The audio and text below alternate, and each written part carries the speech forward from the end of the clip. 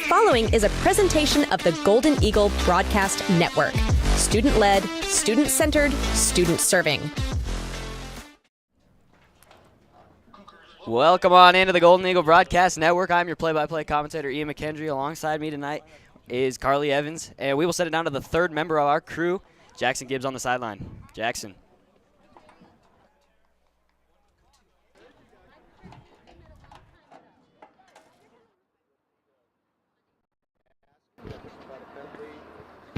Jackson Gibbs down here on the field. Your Golden Eagles coming off of a bye week. Hopefully they're rested up and ready to play today. And they're looking good out here. Talking to someone they're warming up. They're feeling good about the game today. And yeah, throwing it back up to you, Ian. Thank you, Jackson. And Carly, what are some keys to tonight's game for Frederick to win this one? So some of the keys that I have down right here is keep Chad Wolf in the pocket. He's our starting quarterback, and he's labeled as a running back and quarterback, so he's more of a dual threat positional-wise in this game. So something to really look out for Frederick's defense. Another thing I have is just the general basis of stopping the run. The run game is something that Niwot really leans on, and especially the lean on in this game. And it's one of those where they don't have many receptions per receiver. I think the most that I saw on Max Preps was I think three receptions. It was for good yardage, almost 100, but it's one of those where they really don't lean on the passing game. So really going to have to stop that run, so the defense is going to have to step up. And then control the siblings. There's two Wolfs playing in this game. We might see both of them. One of them, Wyatt Wolf, is playing as a safety, free safety in the backfield, and possibly we might see him at quarterback. And the other one, we have Chad Wolf, as I mentioned previous. He's going to be probably the starting quarterback from what I saw on Max Preps, considering he has, the most statistics. And, it might be dangerous with Wyatt deep as a safety and, Chad possibly throwing and running. So more of like the, watching out for those siblings. Definitely. Those siblings are going to be pretty nasty tonight. As Niwot had won the toss, they had elected to defer. So we will get to see the Frederick offense on the field first tonight. And obviously they had the bye week last week, did not have a game, but they came off the big win against Fort Morgan, moving their record to 2-3. And a big run there from Marino down to the about 38-yard line, as now we get to see the Frederick offense come onto the field.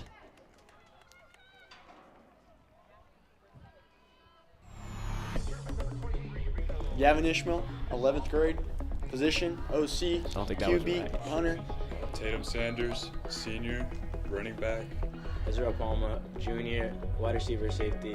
My name is Braden Rudman, class of 2025, position receiver. Sonny Del Pitts, sophomore, slot receiver. Brooke Eisman, junior, tight end. Big John, senior, tackle. Xavier Santos, 11th grade, play guard, nose guard.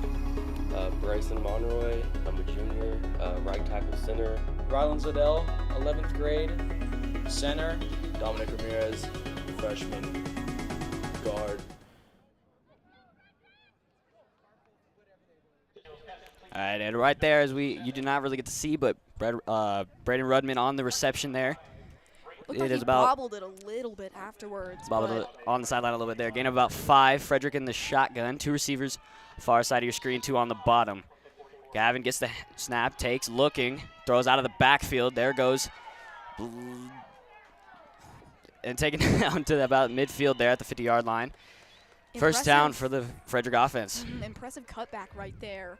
It looks like it'll be first down now, moving those chains. Great job right there to get the momentum building and really starting to stun this Niwot defense already. Hoping to do that early on and just make them well known of the potential that we saw in that Fort Morgan game. Tristan Dean on the reception there as they are back at the shotgun, same formation. Ishmael, play action, looking over the middle, and that one is intercepted for the Niwot Cougars, as I believe he was looking for Burke Eisman over the middle. And that one just right to the defender there. I mean, what a job right there. It wasn't even like the defender jumped the route or anything. He just happened to be right there. It looked like probably a linebacker or something, just positioned in the middle of the field. And what a great pick right there. Really got low. That's only Gavin's 3rd interception of the season. So, I mean, he's had a pretty good season so far. He's the #1 quarterback in 3A. But right now, he is not a great start for the game for him. As now we get to see what Chad Wolf's Niwot Cougars are going to be able to do tonight. We shall see for sure. Wolf lining up, it looks like in the shotgun, 2 running backs on both, one behind him, one on the right side of him. One receiver on each side of Wolf. Gets the snap. He's going to give it to the back, and he's only going to get about maybe a yard, barely, as the Golden Eagle defense was able to wrap him up pretty quickly there. Yeah, as you put it, wrapped him up pretty much right off the line, and there was no chance for him to go anywhere, just pretty much a swarm of Eagles at the line. The flock of Eagles, as we say here, as Dante would say. As now they're going to make a quick little switch at the, believe, probably a receiver position here. Obviously, you said you got to keep Wolf in the pocket because he can move out of the pocket. He can do his things with his legs. So Frederick needs to focus on that tonight. Second at about 9. Wolf in the shotgun. Got some motion man as the receiver going behind him. They're going to give it right back to the running back, and this time only about a gain of 2. So it looks like it's going to be about a 3rd and 7 for the offense. 3rd and long here. Kind of a tricky situation for Niwot, given as they had started this drive off of the interception from Gavin Ishmael and thought there was potential here, but so far there's been no progress really whatsoever, just slim yardage gains. And now we get to wait the snap here as, Gavin Ishmael obviously threw the first interception on the first drive. 4 plays in, not the start you want to see for Frederick here. As we get to see trips on the close side of your screen, 1 on the far side. Wolf in the shotgun. He's going to roll to his left. He's going to throw to a guy, and that one just hits just low of the field. He was looking, and that one's incomplete. So it should be about a 4th and 7. As now we get to see the punt team come on the field for Niwot. And it looks like Sonny Del Pitts back to receive this kick. Yeah, that right there, it's just one of those where it was a sloppy play overall off the snap, and he wasn't really anywhere close to the first down yardage. Probably would have been able to pick it up in the open field, but it's one of those where it was a low ball. A long snap here here's the kick. It's going to be, that one goes over Del Pitts' head as he watches it bounce to about the 8-yard line is where it would look like it stopped. As now here comes back on the field is Gavin Ishmael in the Eagles offense as trying to do different from that first drive with the interception. Yeah, we watched the punter warming up. Yeah, we were watching. He was watching him on the sideline doing a little bit of the punts to himself and then getting out there doing some punts on the side. He's got a pretty nice leg, I will say. He's got a nice leg, yeah. He's got a pretty decent leg. He can get it down the field if he needs to. As Frederick fans know very well, we've kind of struggled with the kicking team on all sides. The special team is special teams need to play a little better in this one, I think. But so now the Frederick offense trots back onto the field. Ishmael, I think Ishmael, he needs to look to hit probably Jazreel Palma. It's been his #1 guy all season.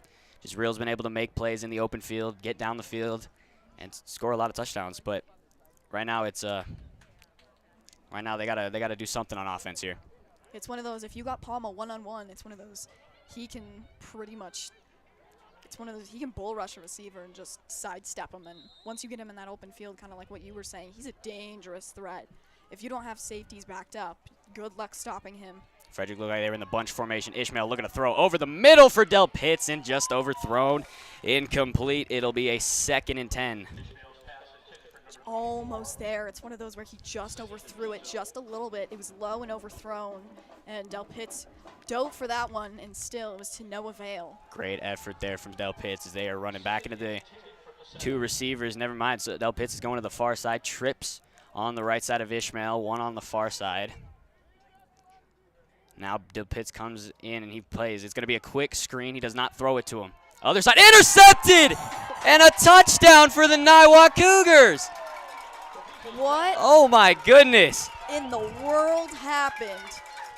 Gavin, I don't even think he saw him right there. That might have been a blind spot. He turned, just threw it immediately, and it was one of those where I don't think he saw the defender sitting right there, and it was an easy snag. He tried to get it, I think, above him, but he should have thrown the screen to Del Pitts. He was wide open. They had blockers on that side, and still threw it right to Niwot's defense. And that'll be a pick 6. So Gavin's 4th on the year now.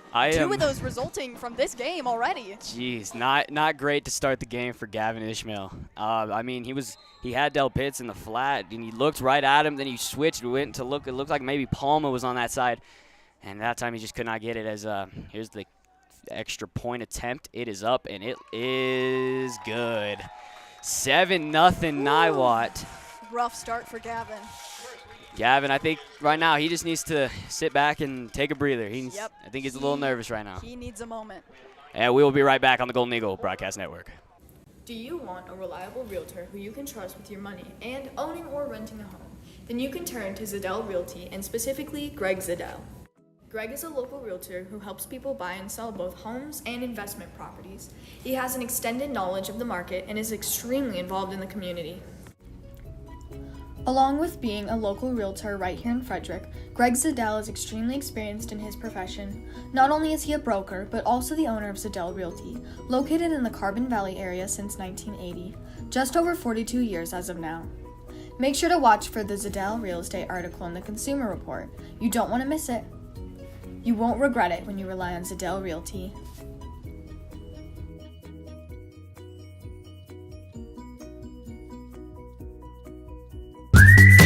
And welcome back here on the Golden Eagle Broadcast Network. I'm your play-by-play, Ian MacHendrie, with my color, Carly Evans, as we are set to see the Golden Eagles offense on the field for the third time. This one, I believe, that's received by Sam Chambers. High stepping through the zone, gets tackled around the 30-yard line as Frederick is getting set up for their third drive of the game here. And they need to, Tristan Dean on the return. That one's my bad. And Frederick's offense needs to take a breather. Their stress is throwing there right now. Niwot, I think, is just going to play just as aggressive, if not even more. I mean, as we saw right there, Dean on the return. You could tell they tried to punch the ball out right there. Dean got a little heated. Yeah, they were going a little. They were trying to get the strict fumble and then take it back for another chance for them to score again. I mean, based on how they've been playing, I wouldn't be surprised if they can easily knock it out. Just bad ball protection. And Ishmael running under center now. He's got Kamarli Davey, and I believe that's Del Pitts in the backfield. They give it to Del Pitts. He's going to fight for maybe 2 or 3 yards there. It'll be second and about 8 now for Frederick's offense. And like we said, their run game has been pretty decent this year. It's not been great, but if they could keep moving the ball well, they could do what they do best, and that's score touchdowns. I mean, last year's Niwot matchup, it was one of those where running was definitely a key in those deep balls. Not really any contested catches, just wide open field. So hopefully maybe a repeat here. As I said, rough start, but we'll see. And this time Gavin's going to keep it on the keeper, moving his legs. Gavin Ishmael down the far sideline. There he goes. Down to the 50-40 and pushed out of bounds around the about 38-yard line. I mean, that was a beautiful read right there. He saw that the defenders were closing in on that side with the running back. Couldn't quite tell who that was. I believe that was possibly Sonny Del Pitts Might have been Del Pitts in the backfield, but just based off of that beautiful read right there by Gavin, hopefully with these next few plays, maybe running it, just trying to really get their feet on the ground and focus up here early on. Trips right for Gavin, as they're just going to give it right back to Tristan Dean. Dean hits the hole, gets about 2, gets wrapped up by the Niwot Cougars. And right now their run game, they've gone back to the run game. Obviously the first 4-5 plays of the game were passes. 2 of them resulted in interceptions. Gavin Ishmael has not completed a pass to our team yet. But right now, Gavin's looking to try to move the ball well. Trips on the right side again for Gavin. Sends Dean, that looks like Dean, and that's a jump, and that should be a neutral zone encroachment there for Niwot. That should be an easy 5 yards for Frederick. And that is exactly what they're going to call it. I mean, sometimes patience is the key right there, as you saw. Sometimes that defense can get antsy and just jumping is not something that Niwot wants to result in these plays. They saw Del Pitts go in motion. They thought maybe, hey, they're going to give it to him. There goes the same play again. Del Pitts lines up in the slot now. It's trips to the right. Empty set for Gavin Ishmael. 3 receivers on one side, too. Something to watch out for. Looking to pass it here. Ishmael drops. Now he's going to take off running. Gavin Ishmael might have enough to pick up the first down, and it will be a first down for Frederick. Just barely by a yard, but a good run right there, just right up the middle. Saw that he didn't have anybody open, saw that they were well defended, and just ended up taking it himself. They're definitely doing a better job of moving the ball this drive. They have just been sticking to the run game, and that's exactly what's been working for them right now. As I said, patience on this drive. They've already messed up because they've been trying to go for those quick, flats, and those just haven't been working. So really looking for that run game and those options really seeming to work. Back to the empty set for Gavin Ishmael. Trips to his right, 2 to his left. As right now he's hoping to get a better start on the throw in the air. He's going to throw this time. Ishmael looking. He is looking. He's got Sonny, and he slipped up at around the 5-yard line as Ishmael was trying to hit him on, it looked like possibly like a post corner route looking thing, but could not hit him there. Gavin uncorked that one right there. Really just threw that one up. Probably would have been a contested ball if Del Pitts hadn't have slipped up, but it's one of those where they were one-on-one, so that would have been it was quite a matchup. Now they're if stuck not in for the slippage. Yeah, now we're stuck in the 2nd and 10 formation, or 2nd and long for Frederick now. He sends Del Pitts in motion once again. Niwot might be blitzing here. I see their linebackers creeping up, and I think he's trying to get there. Pressure on Gavin, yep. They're trying to keep the momentum in their favor right now, but right now Frederick is driving. Looking for a big score here to tie it up here. Here goes Ishmael rolling to his right. He's got pressure on him. Ishmael needs to get rid of it as he gets tripped up, and he gets maybe 2.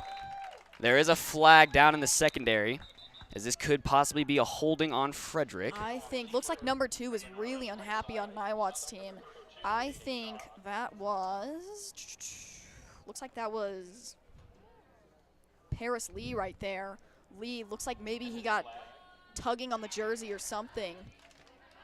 Not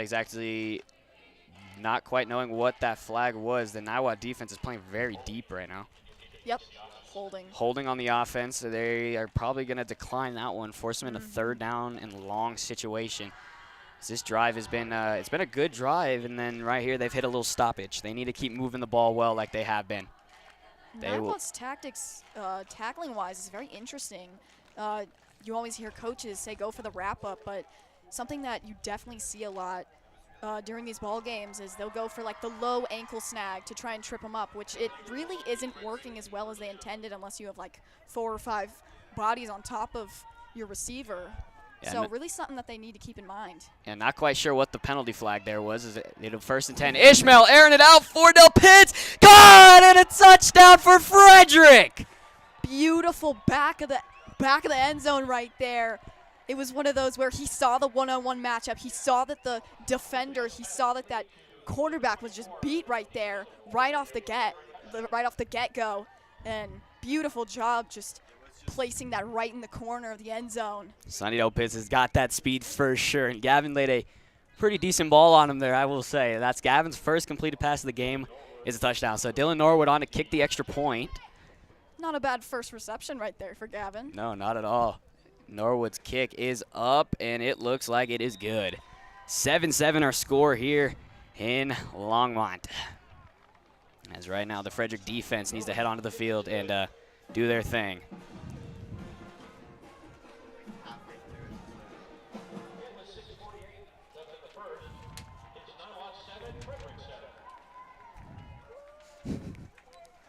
Struggling here. All right, well, we got a chance here. Les Schwab Tire Center provides a free peace of mind tire protection and lifetime tire and mileage care for the life of your tires. It is our best tire value promise, and it comes with every car pickup tire we sell. Les Schwab also cares about our community, is why they are the proud sponsors of Frederick High School and the Golden Eagle Broadcast Network. As now Frederick's set on to kick the ball off for the first time today, even though Niwot has been on offense. But that's a great response there from Frederick. The pick 6, get back out there, run the ball a little bit to start the drive, and then they start airing it out late in the drive, and they score the touchdown. And that's quite what they need to do. It's one of those, it's something that you hear quite a bit and very often in these football games is you really got to have both aspects if you want to have a good game. You got to have that passing element, and you have to have that running element. That running element can really stabilize your passing game, throw Niwot off both ways. And, I mean, we saw that previous drive. Really just putting the foot down.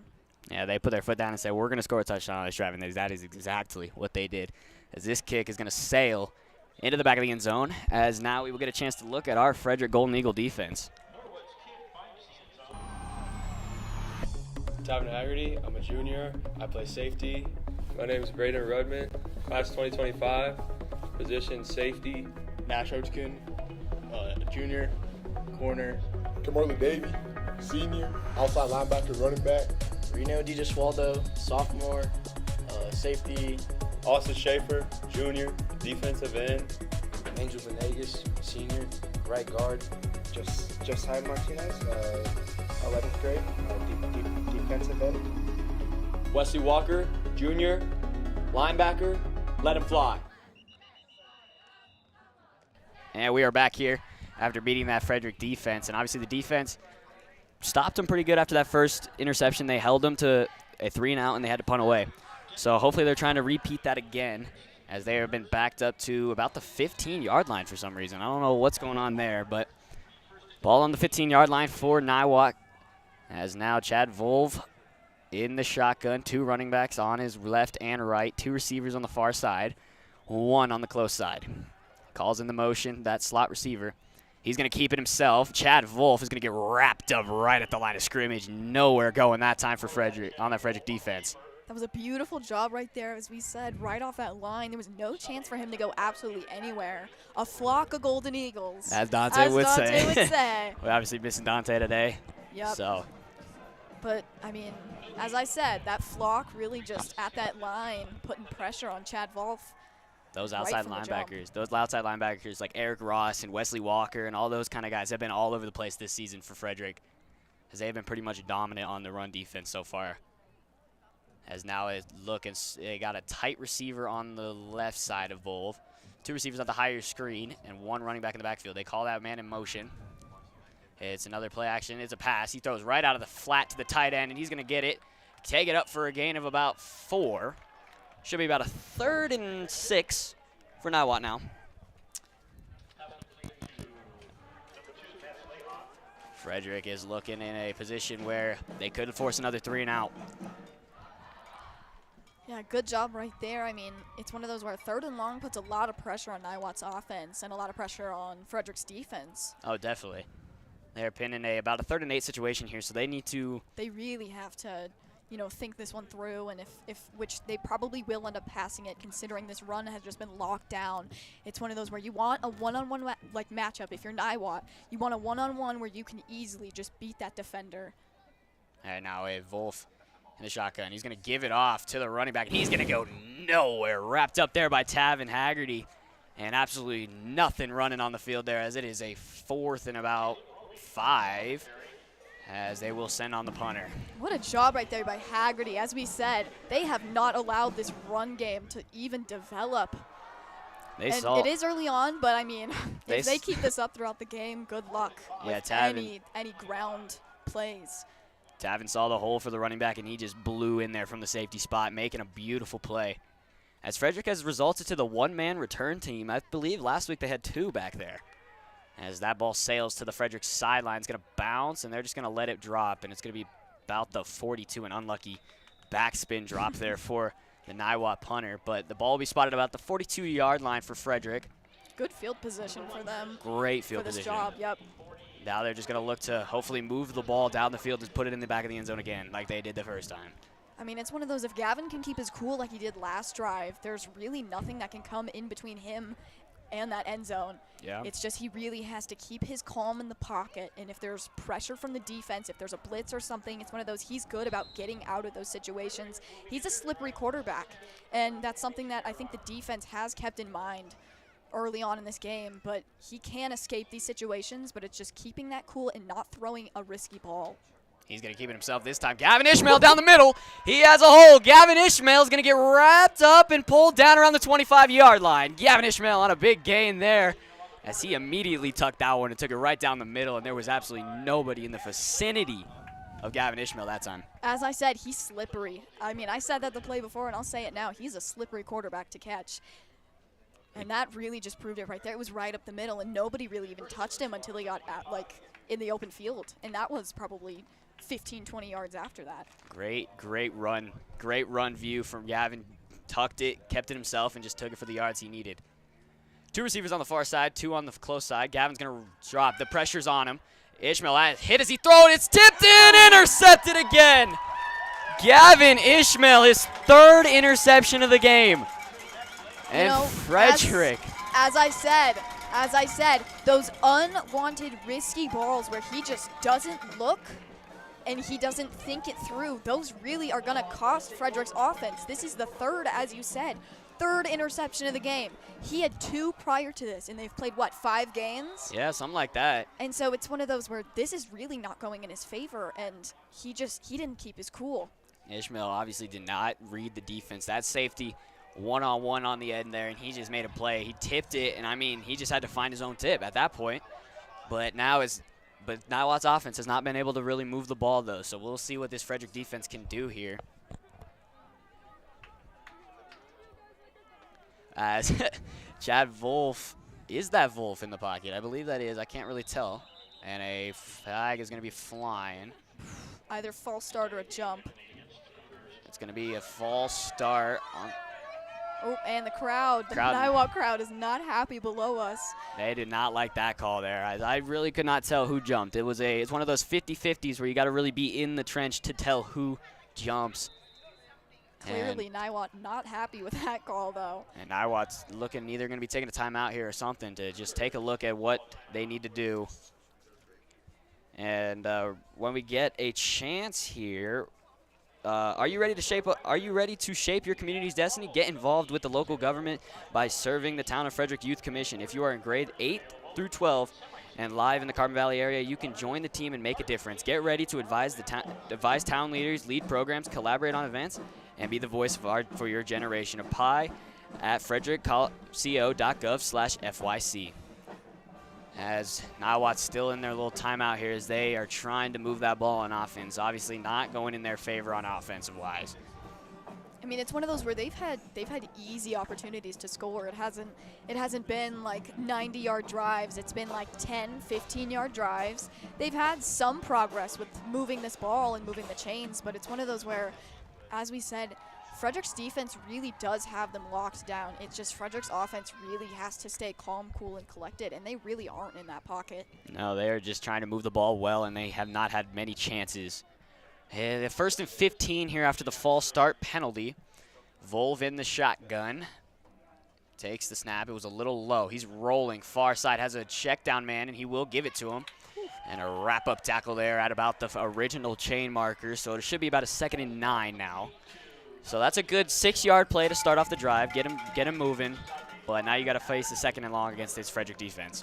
It's one of those where I think right now with a 2nd and long, you have them backed up pretty far into their own territory. So you can pretty much do whatever as long as you lock down their passing game, because their running game clearly is already pretty much non-existent. And so as long as you have both aspects locked down, you can pretty much do anything on defense at this point, and you would be absolutely okay. I mean, yeah, I would send a blitz here if you're Frederick. Get some pressure on Volv in the pocket. So he's going to take the shotgun. He's going to look a quick slant throw, and that one is caught and wrapped down in a 1st down for Niwot, as that is their first down of the game. So that was kind of a knock-on-wood moment right there. Yeah, probably shouldn't have jinxed it. He was in the pocket, calm. He took the snap and just immediately knew where he wanted to throw that ball. He took the quick slant option, and he got about 8 on it, or about 11 yards on it. So at about a 1st down for Niwot, as now they have a chance to 10 more yards to just keep moving down the field. Moving those chains. As I said, they're still sort of not as deep in their own territory now, so they just need to figure out a way. They have been doing a good job of figuring out a way to move the ball well. Has Wolf in the shotgun again, running that 2 running back formation. Wolf sends the far side man in motion. Wolf will give it off, and it will be a gain of 1. So pretty much absolutely nothing, as we've seen all midday. And it's one of those where, as I said, Frederick's defense, they really are locked down with this run game. Yeah, especially the run. They have just been pretty much locked down. They have not let anything come past the line of scrimmage, really. It's been minuscule 1-yard gains. I don't think I've heard anything past that. Yeah, I mean, they've been using those check down receivers well on this drive, though, that have been getting them 6, 9-yard plays on each play. But this offense needs to find a way to use their legs and move it out of the pocket. I mean, like you said, Wolf is a good running quarterback. I would see if I'm Niwot, I'm trying to get him moving around the field. Wolf in the shotgun, trips to his right. Takes the quick snap. He had a man he was looking for, and he's going to go right back to him. And he's going to be wrapped up by a flock of Eagles, as it'll be about a 3rd and 1 now for the Niwot Cougars. Bringing the spirit of Dante with us. Yes, for sure. As it's looking to be a 3rd and 1 now for the Niwot offense is right there. I said he immediately looked to the one guy he wanted to throw it to. He didn't go through his progressions, which as a quarterback you might want to do that. But he still hit his guy on a quick 8-yard comeback route that turned into 9 yards. So 3rd and 1 now for Niwot. I think it's something that Gavin kind of struggles with, is not looking at his options and his progressions that he has. He just immediately, whenever he feels pressure, just immediately goes to whoever he thinks is his flag is thrown, and this one's going to be on Frederick. Ooh. It looks like maybe an offsides. I mean, I didn't see a jump or anything. Don't know exactly what that is, but they will give him a 1st down yardage. So, that's a free 1st down for him essentially. So, so this will keep the chains moving for them. Yeah, it is now a first and 10 for him at about the 41-yard line. So they're definitely moving. As I said, they were deep in their own territory, probably backed up within the 15-yard line-ish. Yeah, about that area, 15, 14-yard line area after the false start. They took a timeout, and obviously they found their legs on this drive. Wolf's going to give it off to the back as he's going to take it far side, and he just breaks the tackle. Going down to the 40, 35 down at the 29-yard line.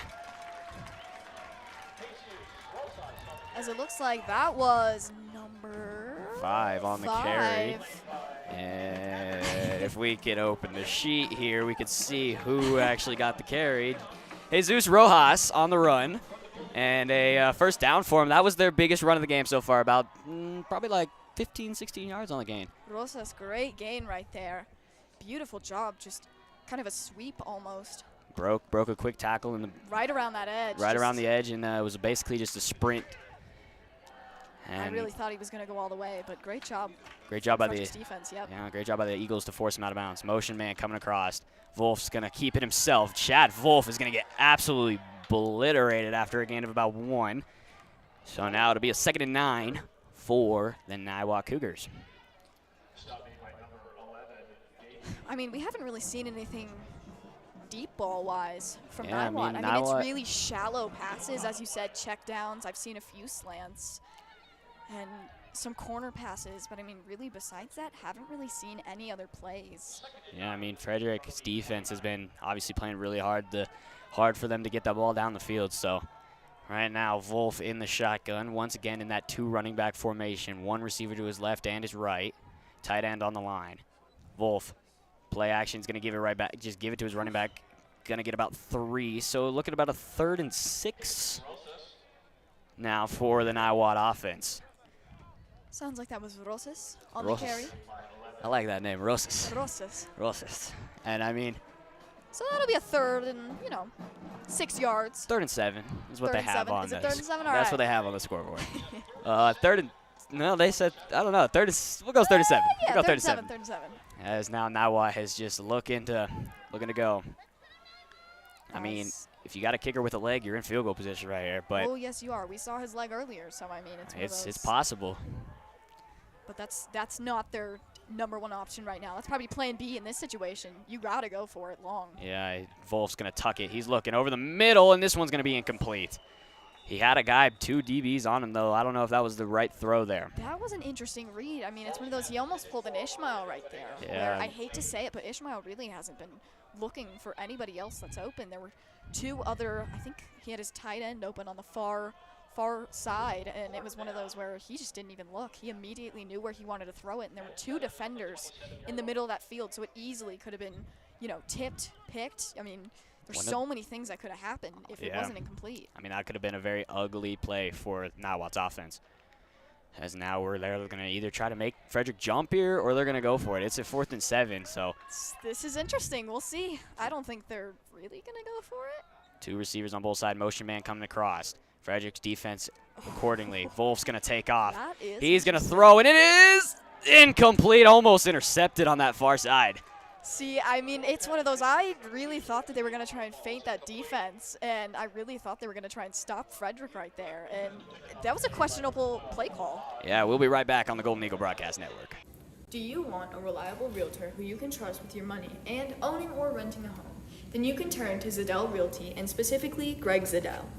Greg is a local realtor who helps people buy and sell both homes and investment properties. He has an extended knowledge of the market and is extremely involved in the community. Along with being a local realtor right here in Frederick, Greg Zadel is extremely experienced in his profession. Not only is he a broker, but also the owner of Zadel Realty, located in the Carbon Valley area since 1980, just over 42 years as of now. Make sure to watch for the Zadel real estate article in the Consumer Report. You don't want to miss it. You won't regret it when you rely on Zadel Realty.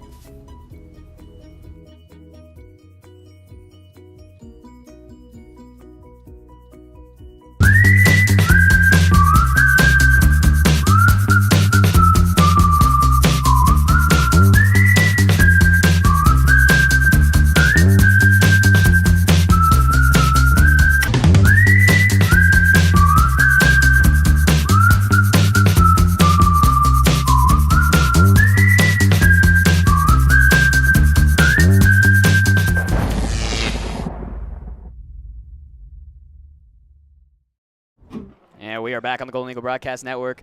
We're going to send it right down to Jackson Gibbs on the sideline. Jackson. Welcome back.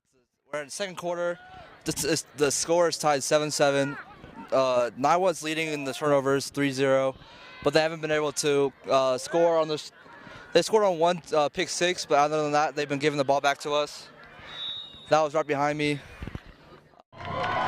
And we're back up here in the booth. Thank you, Jackson, on the sideline as Ishmael was looking to throw it deep there for Jezreel. Could not find him. I mean, it was one of those where he's struggling, honestly, with these deep balls. And, I mean, we've seen him uncork it game after game, but it's one of those where nothing's really clicking I think on offense. the nerves are setting in for him a little bit. I mean, after that third interception, Coach Loyd was on the sideline right away, and he went straight to him. It's now Ishmael.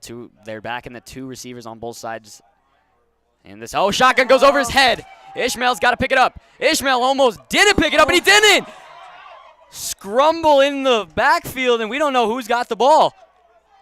It might have been a Niwot Cougar who might have jumped on it, and it will retain as Frederick's ball.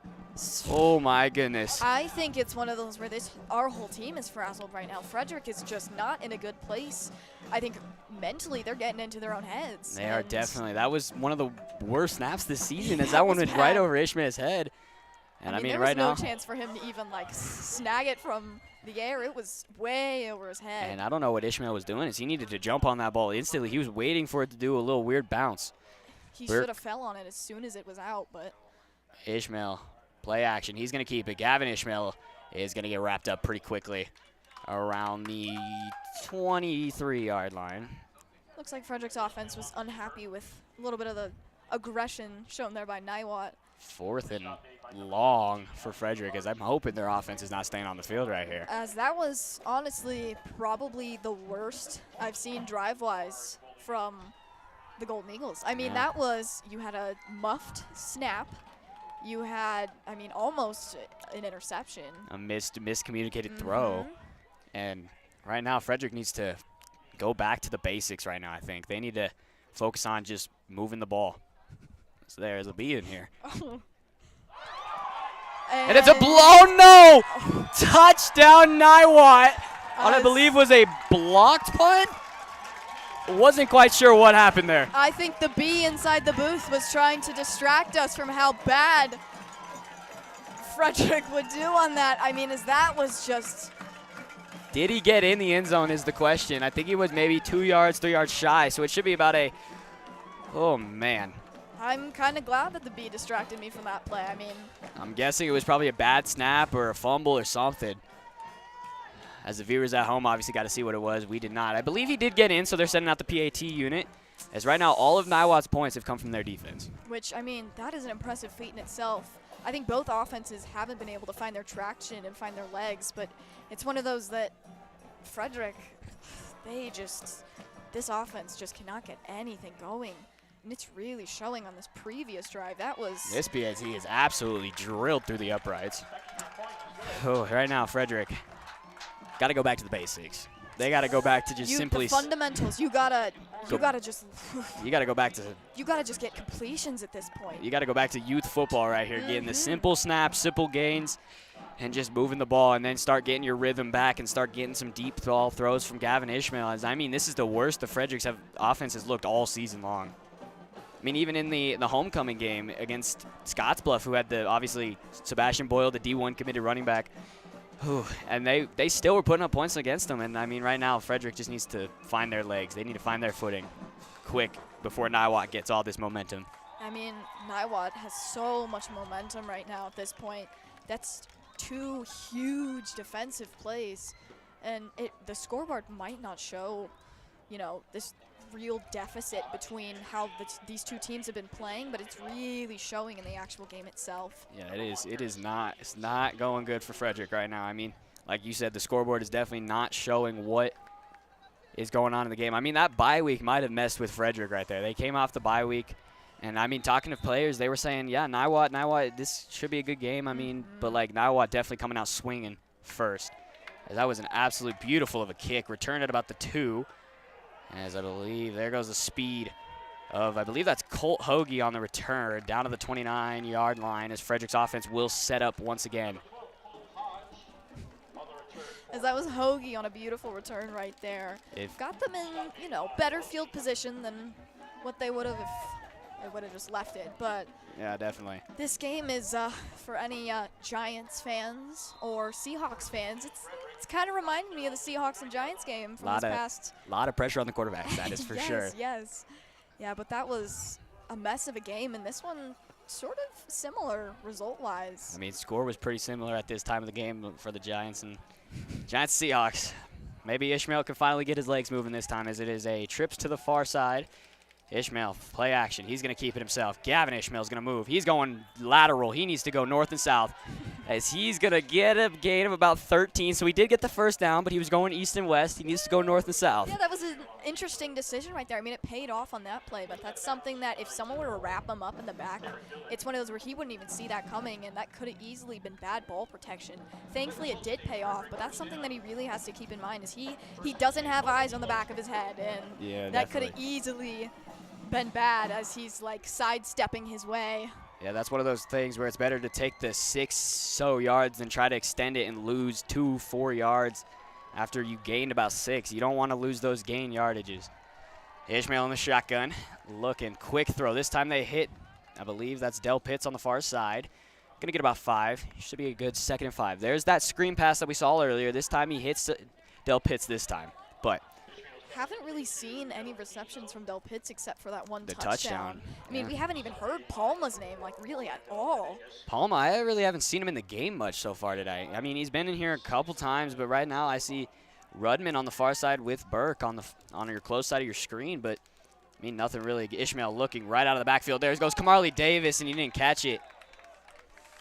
He was too focused on taking it up the field rather than getting it in his hands, tucking it, and taking it.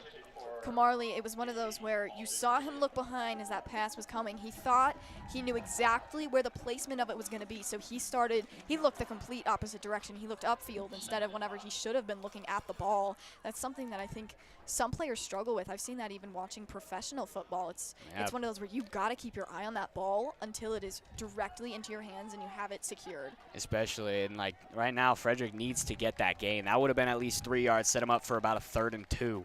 Now they're stuck at a 3rd and 5. Ishmael gets instant pressure.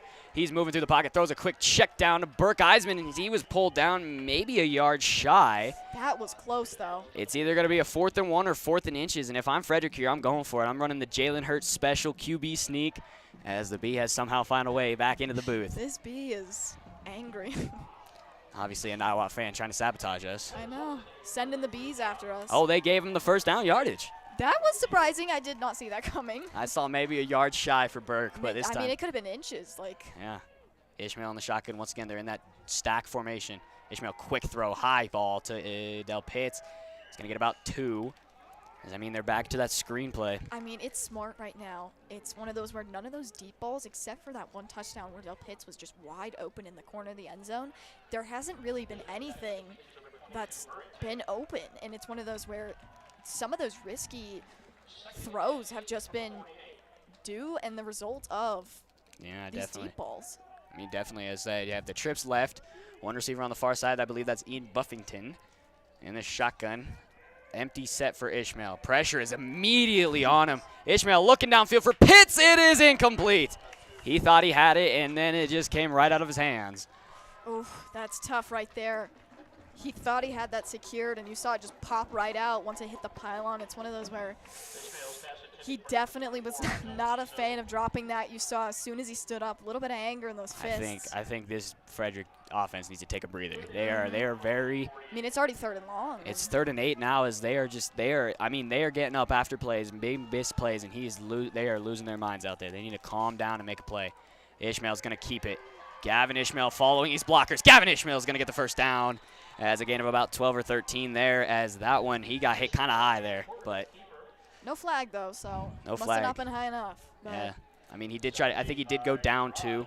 But, I mean, like I was saying, I have not seen Palma out here in a minute. It is Burke Eisman on the far side here and Ian Buffington on the far other side. Then we got, or not Burke, sorry, Braden Rudman is who I meant to say. And Burke Eisman is over there as well, as it is a stack. And then on the far side is a slot receiver as they move Burke into the slot. They're going to take it again.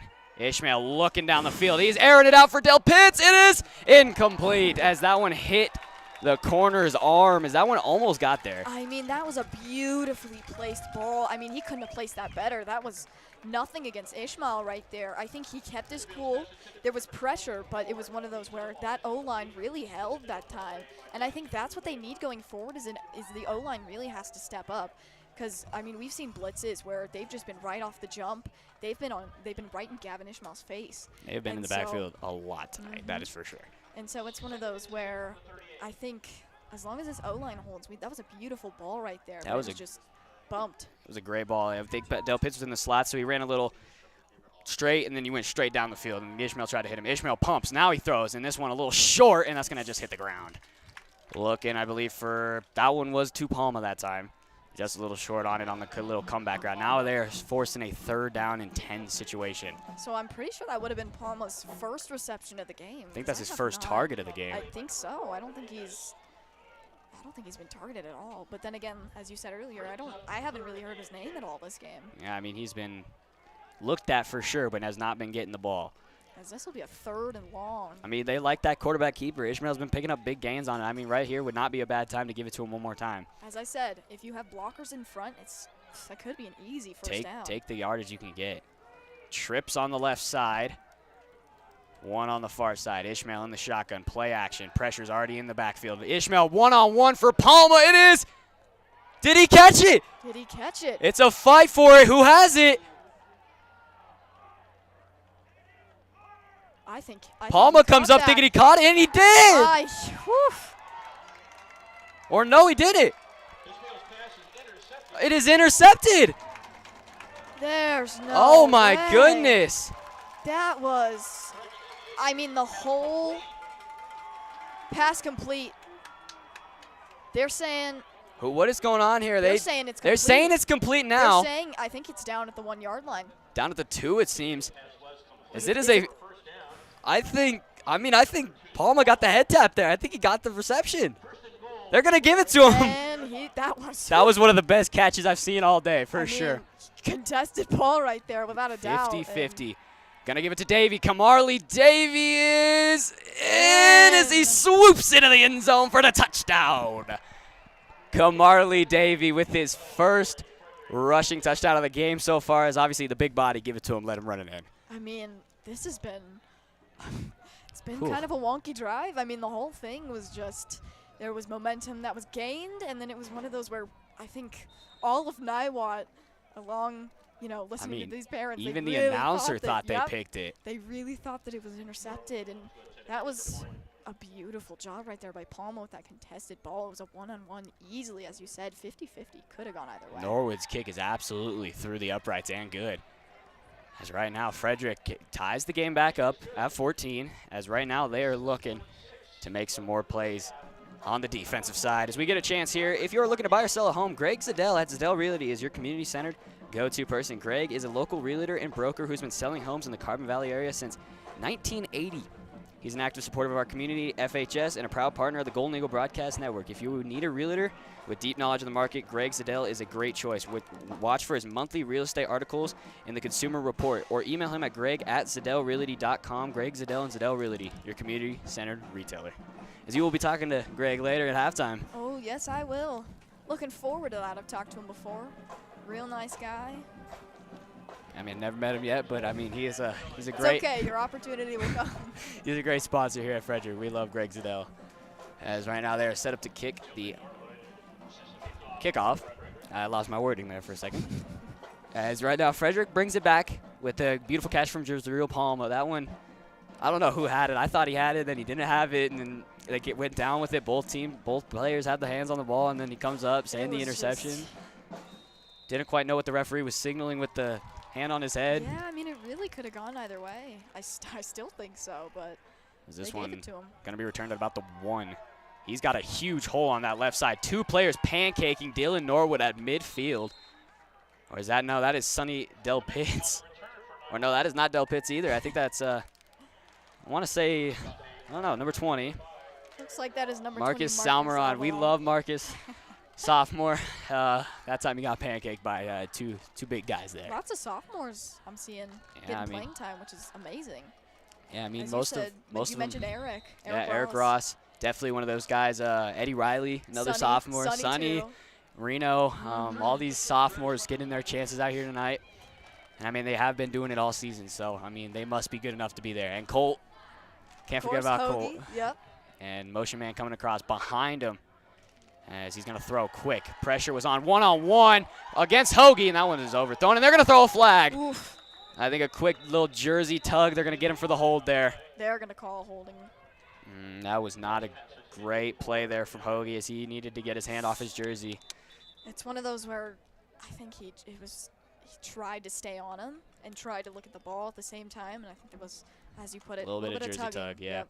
I mean, you can, but like, I mean, when I played last year, so they told us you can do his stuff until that ball is thrown. You can have the jersey, you can do all these things, but once that ball's thrown, you got to let go. Yep, but as soon as you interfere with the actual play itself, it's not going to go your way, that is for sure. So they're going to give him the, should be the ball spotted at about the 42-yard line. Or 43, sorry, as now the Niwot offense is getting kind of cheaped out there on the first down play. Now it is another first down for him. 2 receivers to his right. I believe there is 2 receivers to his left, 1 tight end in the bunch. They're going to give it right to the running back. He is going to get swarmed there. Absolutely nothing coming for him that time. I mean, it's one of those where I'm pretty sure that was even in the backfield, too. I think that might have been a loss. I think Wesley Walker got his hand on him, and then the rest of the Eagles gang came in and got him. I mean, looks like that'll be 2nd and 10. 2nd and 10. Looks like. So back at the line, somehow able to make it back to the line. Thought they would get him behind that. Wesley initially made the hit behind the line, and then Kamarly Davey obviously came in there and made a hit. Davey is a force to be reckoned with. Oh, yeah, big dude. He can make plays on offense and defense, and obviously they have him in the backfield for that touchdown. I mean, just give it to him and let him go ham. As right now they have a guy, a little miscommunication on the receiver side there. Shotgun, rolling, looking deep as he has nobody. He's going to just take off and gets about 1 or 2 yards on the play. So obviously, I think that was 2, but lots of pressure, as you said, right off that jump in the backfield, and really nowhere for him to go. Yeah, both teams not letting up the line. They are just letting them through basically at this point. But that time he got outside, and obviously you don't want to hit the quarterback out of bounds because that's a big penalty now that they have been enforcing, especially in the NFL and all these college football, all these kind of sports. You don't want to hit the quarterback, that is for sure, because that's going to be a big personal foul and get him an easy 15. Which is something that Frederick definitely does not want to do here. They cannot afford that. 3rd and 9 now for the Niwot offense. Trips to the far side. He's going to roll that way. Pressure in the backfield. Steps, throws, and it's caught! Bobbled incomplete. There was no 2 steps right there. Did not hold possession of it. And that was just a bobble and drop. I mean, easily, there was a lot going on that was in the middle of all that traffic midfield. And it's one of those where beautiful job defensively to just kind of throw him off. And he might also felt one of the defenders coming in for one of those big hits. Braden Stark coming in there flying from the safety position, hitting him, and then he just like got the jitters a little bit there. As Niwot sends on their punter once again to take the punt. High snap that time. Kick is up, and that one is a pretty good kick. Spinning, going to land about the 19, 20-yard line area. As now Frederick's offense coming out, if they get a touchdown here, they can get the momentum back in their favor. Right now the momentum bar is probably about middle. Both teams don't really have momentum at this point. I think neither team really has gotten anything crazy going, and so. Yeah. I mean, three interceptions for Gavin Ishmael, but he's definitely cooking after that. He's got the big throw to Jezreel on the sideline. He's been going through his progressions. He's been taking off down the middle. He's been making plays around the whole entire field right now. I mean, I think the second quarter he's definitely played much better than he did that first. That first, I think he was just frazzled more than anything. I think the whole offense was. They were just, I think what they did where they were underestimating Niwot a little bit here. Which I must admit, I think all of Frederick was a little cocky. Yeah, I mean, Niwot sitting at 3-2 coming into this one after their 44-14 loss against, like, Thompson Valley. Obviously lost by 30. They're going to give it on the ground. I believe that is, I want to say Tatum Sanders. I believe that's Sanders. Yes. No, yep. Yes. That's Sanders in the backfield. Yep, that is Tatum Sanders. Because it's been Tristan Dean most of these carries at the first quarter, and then they've given it to Sanders here, and Camarley's been in the backfield. They have a interesting running back room for sure. Ishmael in the shotgun, trips far side. They're going to, should be looking like a screen, but he's going to take off. Ishmael's going to take off, breaking some tackles, getting a first down and more. Get about 11. As it looked like it was a setup screen for Burke Eisman with the two receivers who were going to be blocking for him downfield, but instead he just watched it and said, nope, I'm going to take it. And that's exactly what he did, got 11 on it. I mean, it's one of those where once Gavin actually takes the time, if there's not as much pressure on him, he can make a play. He can make a play. And he's pretty good at it, too, so far this season. Ishmael back in the shotgun, stacks on both sides, two receivers. Running back in the backfield, Ishmael is going to take the direct snap. He's going to throw it to Del Pitts. Del Pitts shaking loose, gives him the armbar and gets about 2. As, I mean, he could have gotten some big yardage there, but got wrapped up and taken down for a gain of 2. I mean, there are some situations where I think it is like that smart aspect of, like, you know, like you said, he gave him quite a stiff arm right there, but it's one of those where he grabbed hold of his leg and wouldn't let go, and smart tackling, but in other cases where it's almost, you know, wide open space, you don't want to do that. It's something that you don't want to do. Ishmael takes the snap, look and roll and roll and roll, and has so much time in the pocket. He's going to air it out for Del Pitts. It is dropped, and he was trying to look it in as he could not make the catch, and obviously he is not happy about that. Just barely right there. I think it was underthrown in just the slightest because he did have to turn around, slow down a little bit, and I think that just allowed time for the defender to catch up. Yeah, I mean, Del Pitts back-to-back plays. I mean, that first play, channeling his inner Derrick Henry to get the stiff arm in there. He almost had it on that last one, but slipped up a little bit. So he was trying to catch it. I mean, he tried to catch it at a weird angle. His body was turned, hands were on his side. He couldn't really turn his entire body to make the play. And that's hard with someone like almost on top of you right there defending. Ishmael had 3 receivers. He's going one-on-one with Palma on the edge. He catches it. Palma's got his foot in concrete, and he's taken down around the 49-yard line.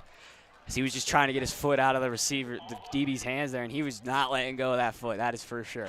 I mean, dedication for Niwot's defense. Really not going to let go right there. I mean, as long as you hold him in a good spot for at least 3 seconds, they're going to call him down. Palma, like I said, foot in concrete. That's how it feels. You can't move your foot at all, but he's trying to spin out of it. Trips left for Ishmael. 1 receiver on the top and 1 running back in the backfield. Ishmael sending Sanders on the side. Eisman thought he was going. Ishmael drops. He's looking. Ishmael gets instantly pressured, and he's going to go down.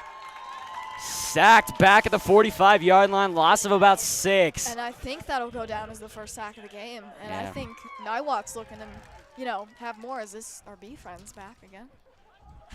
As Bartholomew the Bee is what we're going to call him now. He's stuck in the booth with us.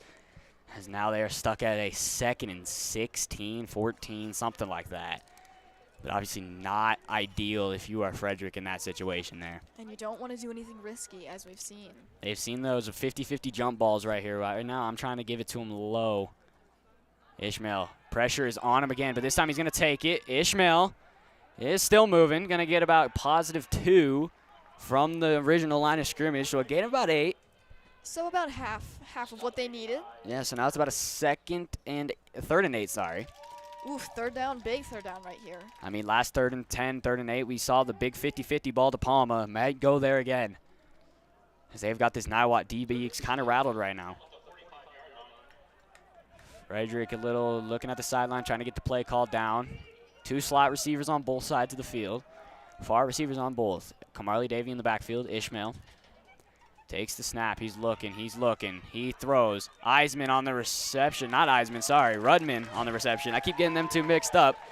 Gets 6. It's going to be about a 3rd down and 2? Fourth. Sorry, I keep getting the downs messed up now, too. 4th and 2. Frederick's offense still on the field. Sorry, about a 4th and 3. 4th and 4. As now Frederick is going to look, and timeout called by Niwot, as they're just going to take a second, take a breather, and get it going. All right, Stapp Interstate Toyota believes that communities are always better when they work together for the greater good. That's why Stapp Interstate Toyota is a proud supporter of the students of Frederick High School and the Golden Eagle Broadcast Network. Brian and the team at Stapp are your source for new Toyotas and used cars in Frederick. And they are the official car dealer of the Golden Eagle Broadcast Network. Stop by their dealership off I-25 and thank them for supporting, and tell them GBN sent you. So now we're going to take a second. They're just going to be huddling up. Both teams going to take a quick breather as Niwot felt they needed to take the timeout because of how quickly Frederick has been moving the ball. And we'll be right back here on the Frederick Golden Eagle Broadcast Network. Spending hours at games, competitions, concerts, and shows, I upload thousands of pictures onto my website, toneimages.smugmug.com. With no charge to download photos, students are welcome to get any picture they like. Taking the pressure off parents to capture the pictures during a game, shows, or competitions, letting them enjoy watching their kid. Additionally, I'm available to book senior pictures and photo shoots. DM me if you're interested. Student Council is faced behind a lot of planning and fun events students get to partake in. We do everything. Sanders in the open field. Sanders is gone! Tatum Sanders, touchdown! I mean, what a beautiful job right there, just right up the middle. Haven't heard Sanders' name really until now.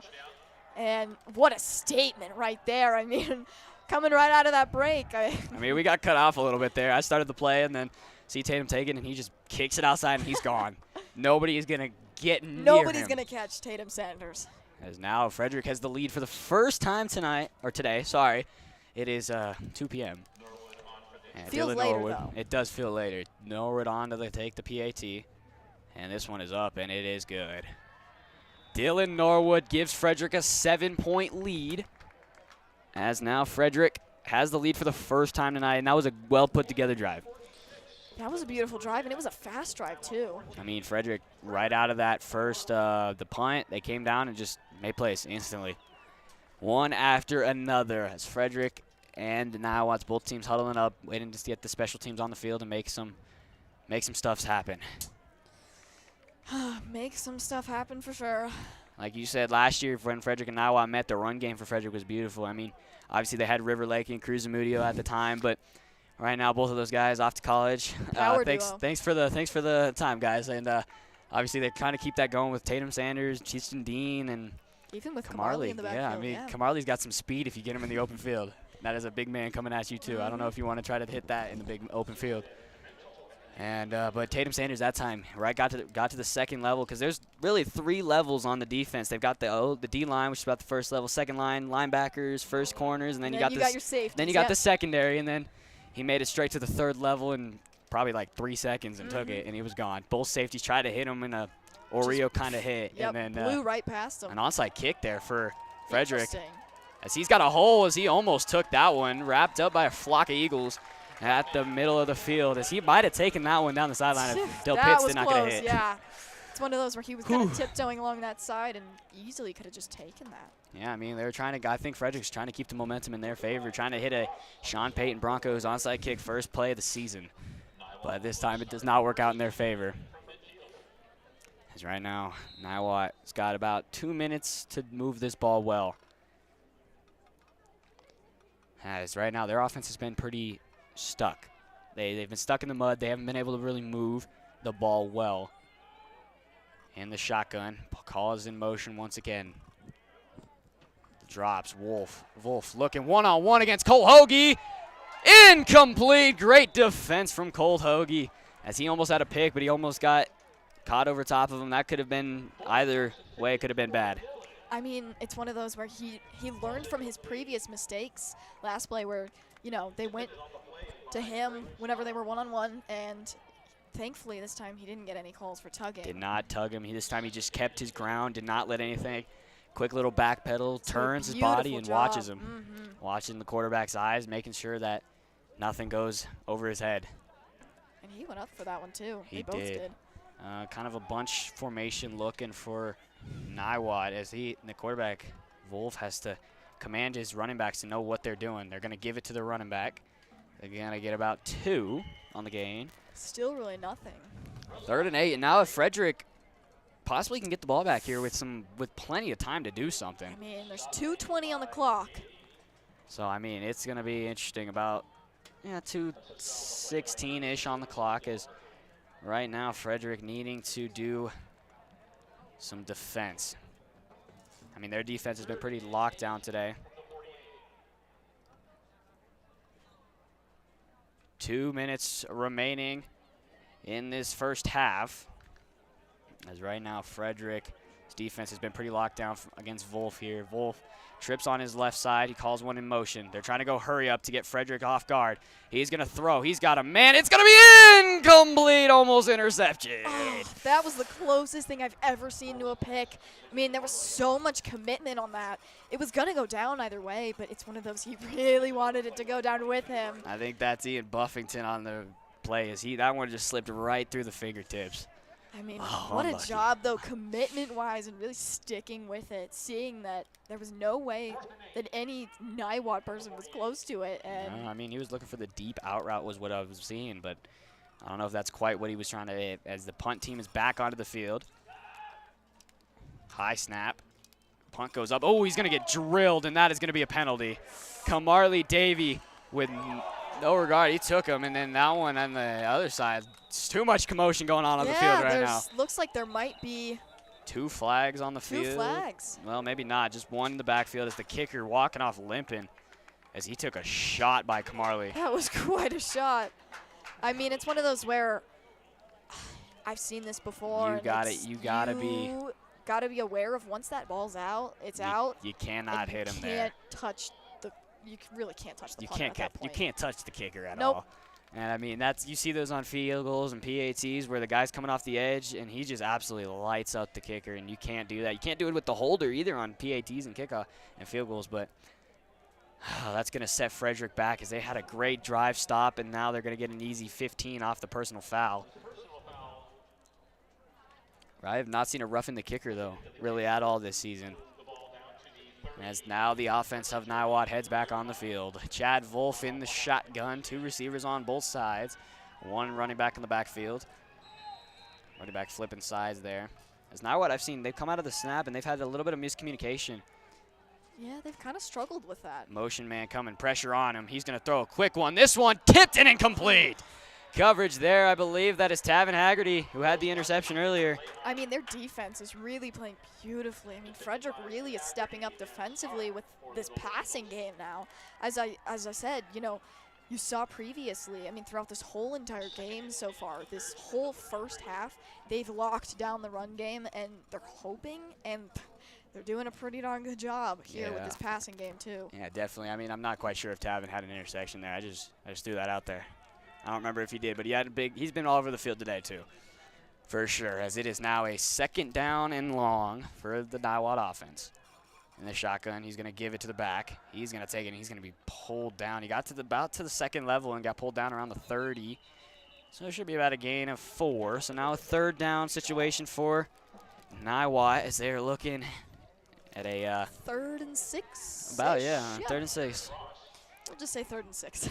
Once again, Frederick in a situation where they can force them to punt it. I mean, on this side of the field in the first quarter, they were in this situation where they could have tried a field goal, punted it, did something. They went for it, obviously did not get it, and that led to the Frederick tying touchdown, or the first touchdown.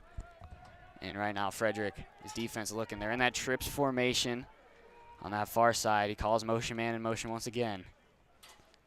Wolf steps. He's looking once again on that same play. This time he hits him. It's a little too low. And once again, it's that same rollout play. He takes that far side, and the quick, deep out route just can't hit him. I mean, it's one of those where probably should have worked, but it was just such a low ball and put in such an inconvenient spot where you could tell that Wolf was trying to put it where no defenders could really tag him once he picked it up, and that there could have easily been yardage gains, but it was just so low and so inconveniently placed where there really wasn't anything that he could do in that situation. And Niwot calls their final timeout of this half. I'll get a chance here. Just a reminder that our broadcast is brought to you in part by United Power. At United Power, we are the proud partner of the Golden Eagle Broadcast Network and proud to be power local sports and local schools. United Power, your local touchstone energy cooperative. I always get that word. Cooperative. That is the word I've been looking for. That's the third time I've messed this up, and it is not going great. Cooperative. There we go. Got the word. Cooperative. You know, that whole thing. Yeah. Big words. That word. Yeah. Big words. As right now, Niwot looking like they wanted to go for it there. I mean, you're in a situation where you could go for it here and put Frederick in a situation with about 44 seconds left on the clock, and right now Frederick just needs to just make sure that they are in a situation where if they get a stop here, they might want to run the quick 2-minute drill offense. You still have all 3 of your timeouts. You've got 44 seconds, 3 timeouts, and in the situation that they are in, about your own 30-yard line if you get the stop here.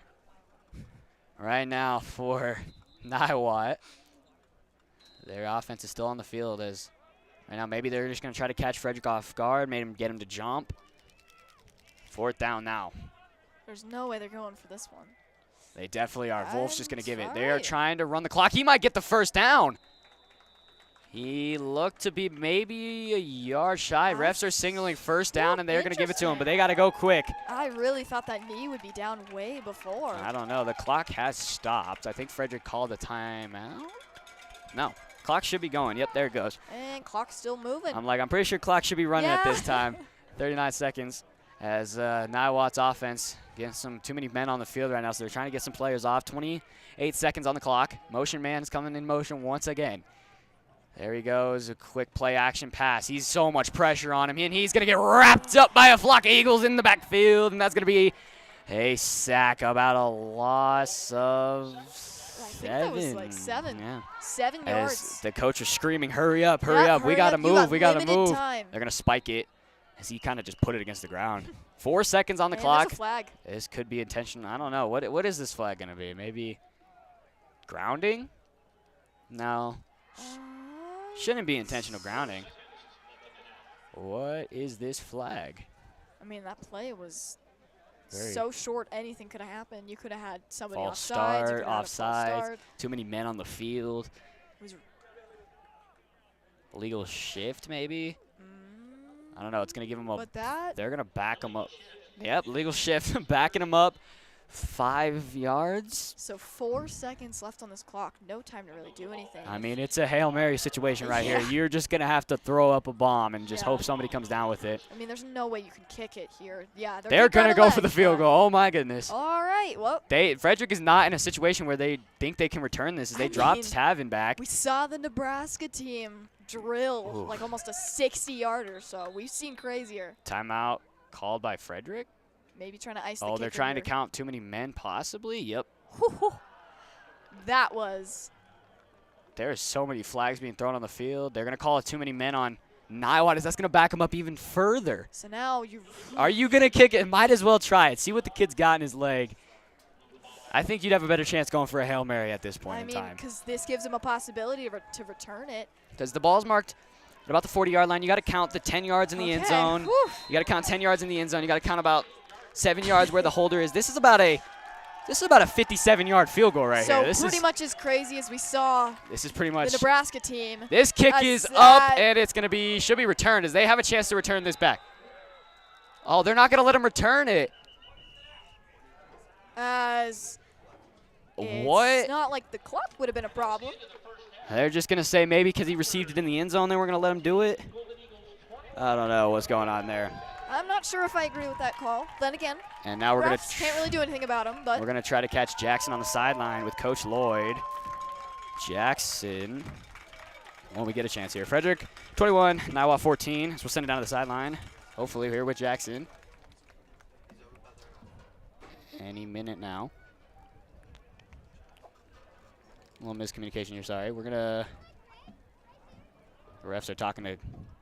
Probably talking about that last play Coach of Loyd's the first half. Yeah, trying to figure out why he was not allowed to return that one. Not too happy with that, and neither am I. So. I think they should have got a chance. As we are just waiting. I mean, Frederick, not the start in the first quarter they wanted. I mean, they came out in the second quarter definitely looking like a different team for sure. And Niwot's offense has been pretty much struggling this entire game as they're going to head to the locker room, try to figure stuff out, what works, what doesn't work. And what we can do is they are still talking on the sideline there. I mean, I feel like he should have been able to return that. I mean, he caught it, and I mean, it was fair game at that point. It might have been because he was in the end zone. It might have been his knee might have hit. Maybe. But who knows? Not quite sure what the call is there. Neither is Coach Loyd, so. As we are going to we're going to send it down to the sideline with Jackson Gibbs and Coach Loyd.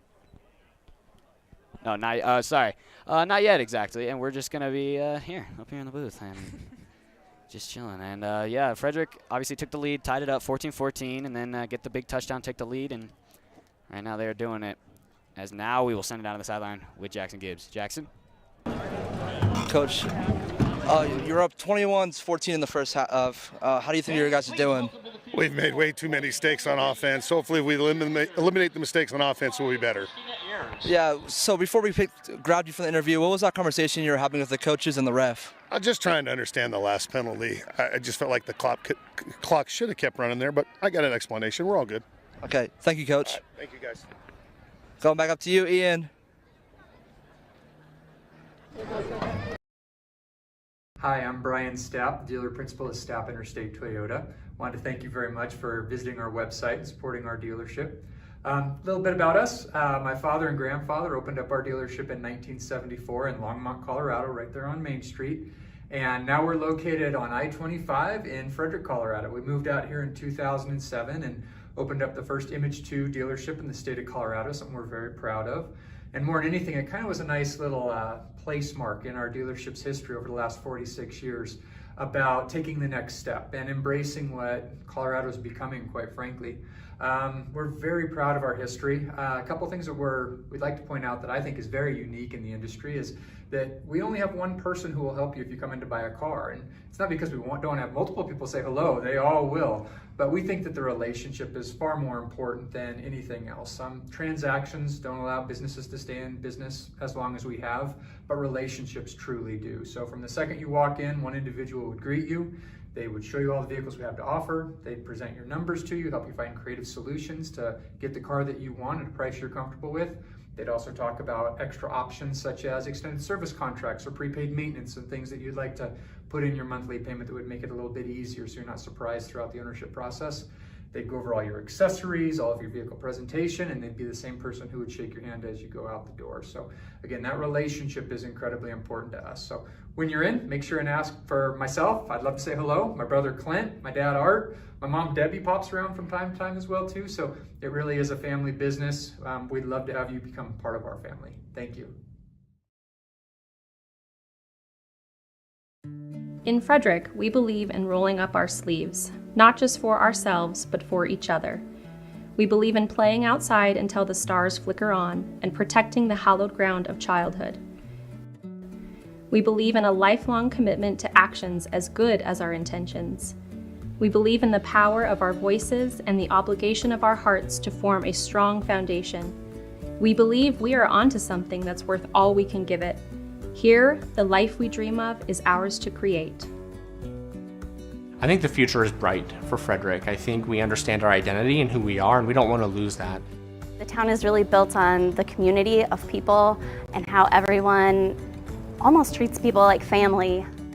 I see an opportunity to have a seat at the table and to show our worth and our value and our undeniable characteristics of being a lovely community that's welcome to all.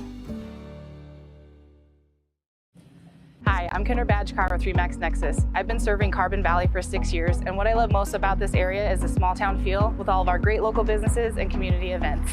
If you've heard the real estate market's changing, you're right. Homes are staying on the market longer, prices are not increasing as rapidly as they have in the past couple of years, but that doesn't mean it's not the right time to make a move. You still gain an incredible amount of equity that you can use to purchase your dream home or think about buying an investment property. Let's grab a cup of coffee and chat about your goals. Over the years, St. Vrain Block Company has built a reputation on producing high-quality structural block, retaining wall systems, patio stones, and pavers.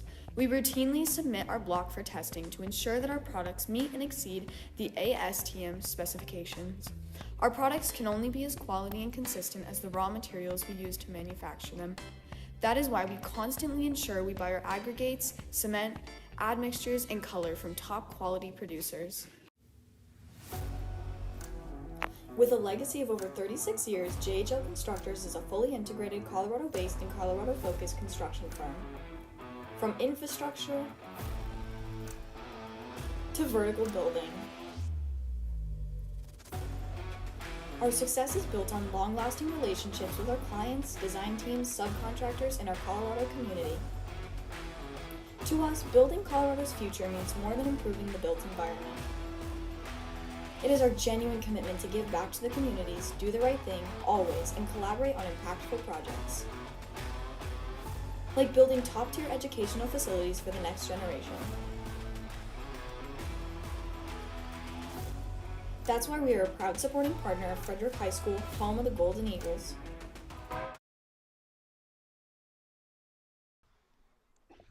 This presentation at halftime here for Frederick High School football is brought to you by Greg Zadel and Zadel Realty for the Zadel Realty Halftime Show. If you are looking to buy or sell a home, Greg Zadel at Zadel Realty is your community-centered go-to person. Greg is a local realtor and broker who's been selling homes in the Carbon Valley area since 1980. He's an active supporter of our community, FHS, and a proud partner of the Golden Eagle Broadcast Network. If you need a realtor with deep knowledge of the market, Greg Zadel is a great choice. Watch for his monthly real estate article in the Consumer Report or email him at greg@zadelrealty.com. Greg Zadel and Zadel Realty is your community-centered realtor, and we are thrilled to welcome Greg himself on the phone right now to join us for this edition of the Greg Zadel Realty Halftime Show.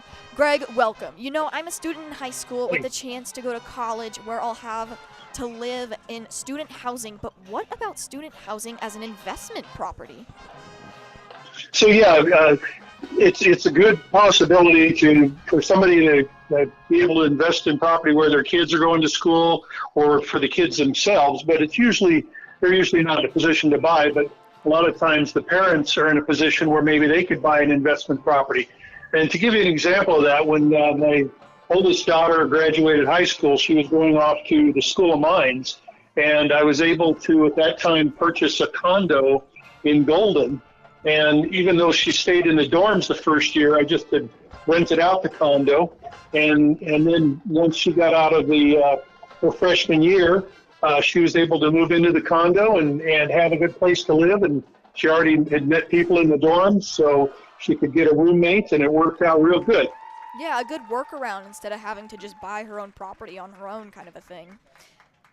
Yeah, and for me as an investment, it was a good way to have an investment property, and since in my daughter's case I was paying the bills for her to go to school, so at least I didn't have to pay rent to somebody else. And then the rent from the roommate helped offset the HOA fees and a little bit of my investment in the property. And then since then I just kept the condo this whole time, and I've had it now for probably 16 or 18 years, and it's been a great investment. Just have somebody manage the property there, and they just send me the check every month. So it's a great way to build up some equity.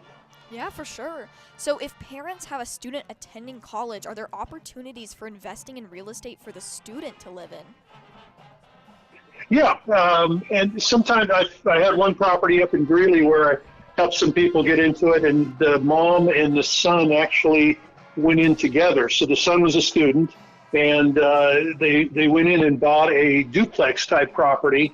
Actually, it was 3 units, and so they were able. The son was able to live in one and kind of oversee the rest of the property, and rent out the other 2 units. And so it's pretty unusual for a young person to get into home ownership, but it was a great way to get a start. And these things are, the opportunities for families to get an investment property. Doesn't matter if the kid's going to school here in Greeley or Fort Collins or Boulder. It can be anywhere. And oftentimes there's some some good opportunities for people to buy things even out of state. And as an active member in the Realtor Association, I've got a lot of contacts across the country. And if somebody was looking for something at KU or Nebraska or wherever, I can sure help them find an agent there that can help them handle that. Yeah, for sure. So as you mentioned previously, you bought a condo for your daughter to live in. What other types of properties could work for an investment? Yeah, it doesn't have to be a condo. A condo's convenient because you're paying an HOA fee, but they take care of everything, and so that you don't have to worry about the student or somebody doing that. But I've seen people buy single-family homes where then their student gets multiple roommates and rents out rooms. And there's advantages to a single-family home, but then there's also the maintenance that comes with the yard and the upkeep and that stuff. So it depends on what they're wanting to do. Or like that other couple I mentioned that bought the duplex, still another different type of property. But in all those cases, it's a real estate investment, so it's a good long-term way to build wealth. Yeah, for sure. So hypothetically, who would oversee the property typically? So it depends. A lot of times, and like in my case, I didn't want to try to manage it.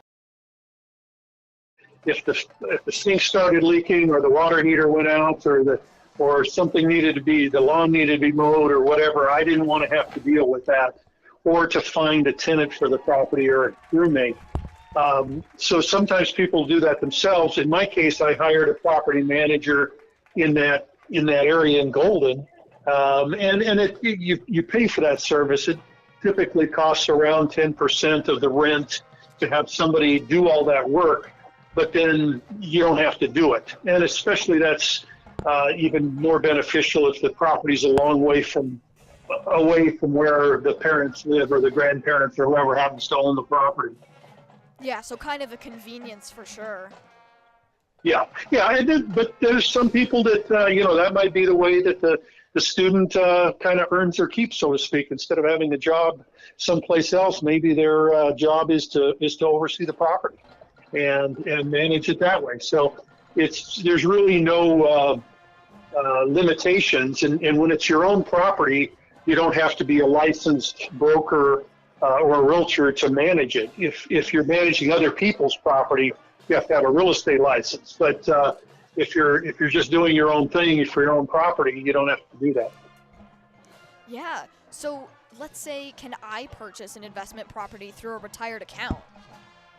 So that's the retirement account's another way that oftentimes people don't realize that they can diversify their retirement account, their SEP or their IRA.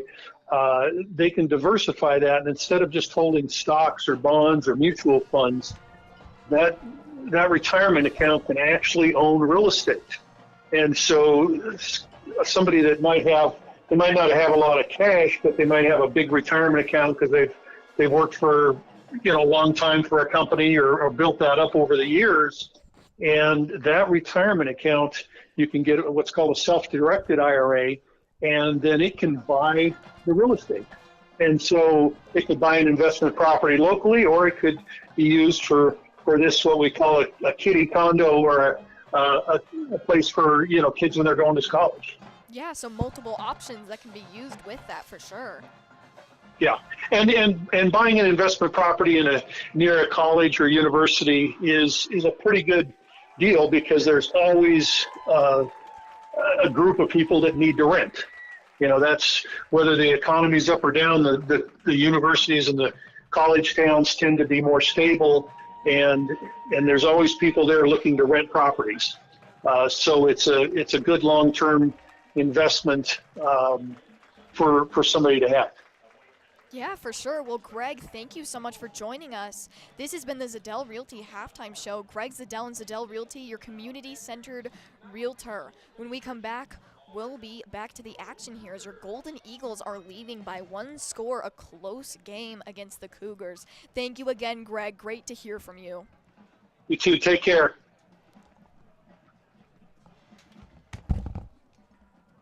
Hi, I'm Kinder Badge Car with MacHendrie. I've been serving Carbon Valley for 6 years, and what I love most about this area is the small town feel with all of our great local businesses and community events. If you've heard the real estate market's changing, you're right. Homes are staying on the market longer, prices are not increasing as rapidly as they have in the past couple of years, but that doesn't mean it's not the right time to make a move. You still gain an incredible amount of equity that you can use to purchase your dream home or think about buying an investment property. Let's grab a cup of coffee and chat about your goals. Over the years, St. Vrain Block Company has built a reputation on producing high-quality structural block, retaining wall systems, patio stones, and pavers. We routinely submit our block for testing to ensure that our products meet and exceed the ASTM specifications. Our products can only be as quality and consistent as the raw materials we use to manufacture them. That is why we constantly ensure we buy our aggregates, cement, admixtures, and color from top-quality producers. With a legacy of over 36 years, JHL Constructors is a fully integrated Colorado-based and Colorado-focused construction firm. From infrastructure to vertical building, our success is built on long-lasting relationships with our clients, design teams, subcontractors, and our Colorado community. To us, building Colorado's future means more than improving the built environment. It is our genuine commitment to give back to the communities, do the right thing, always, and collaborate on impactful projects. Like building top-tier educational facilities for the next generation. That's why we are a proud supporting partner of Frederick High School, home of the Golden Eagles.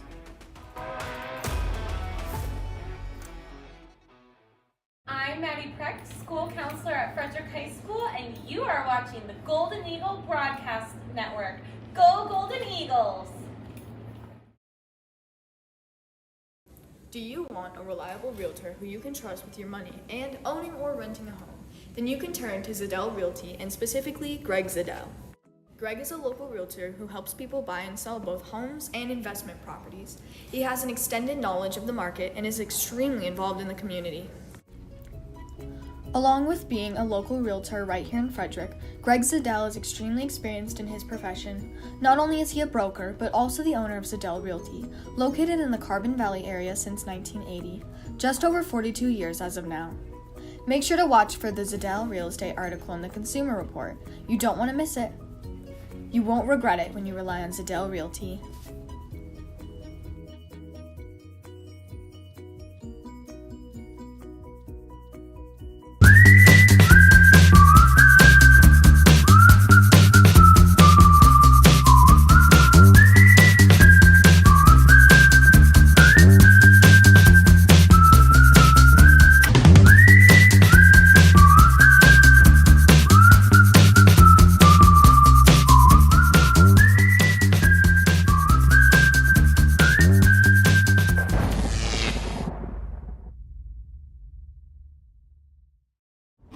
Like most backseat drivers, I'm all about safety. Uh-oh!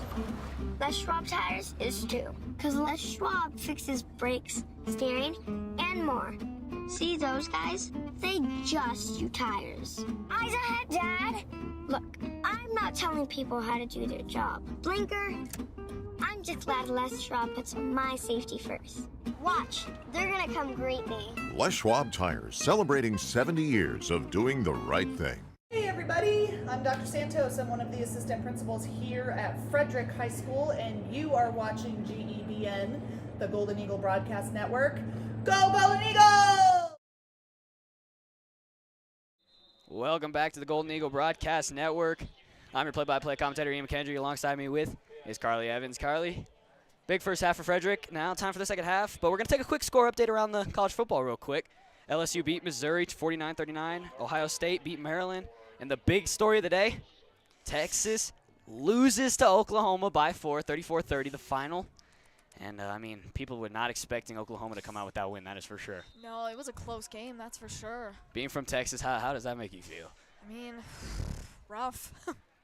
Really thought we could pull off the win, but it was a good game nonetheless. That should definitely move Oklahoma up the rankings as here we go on the second half kickoff. Niwot has a hole, and he's going to get pulled down around the 30-yard line.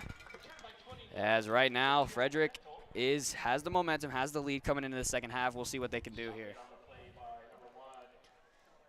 Curious to see for sure. I mean, this game has been close the whole thing. So. It has been a pretty interesting game for sure.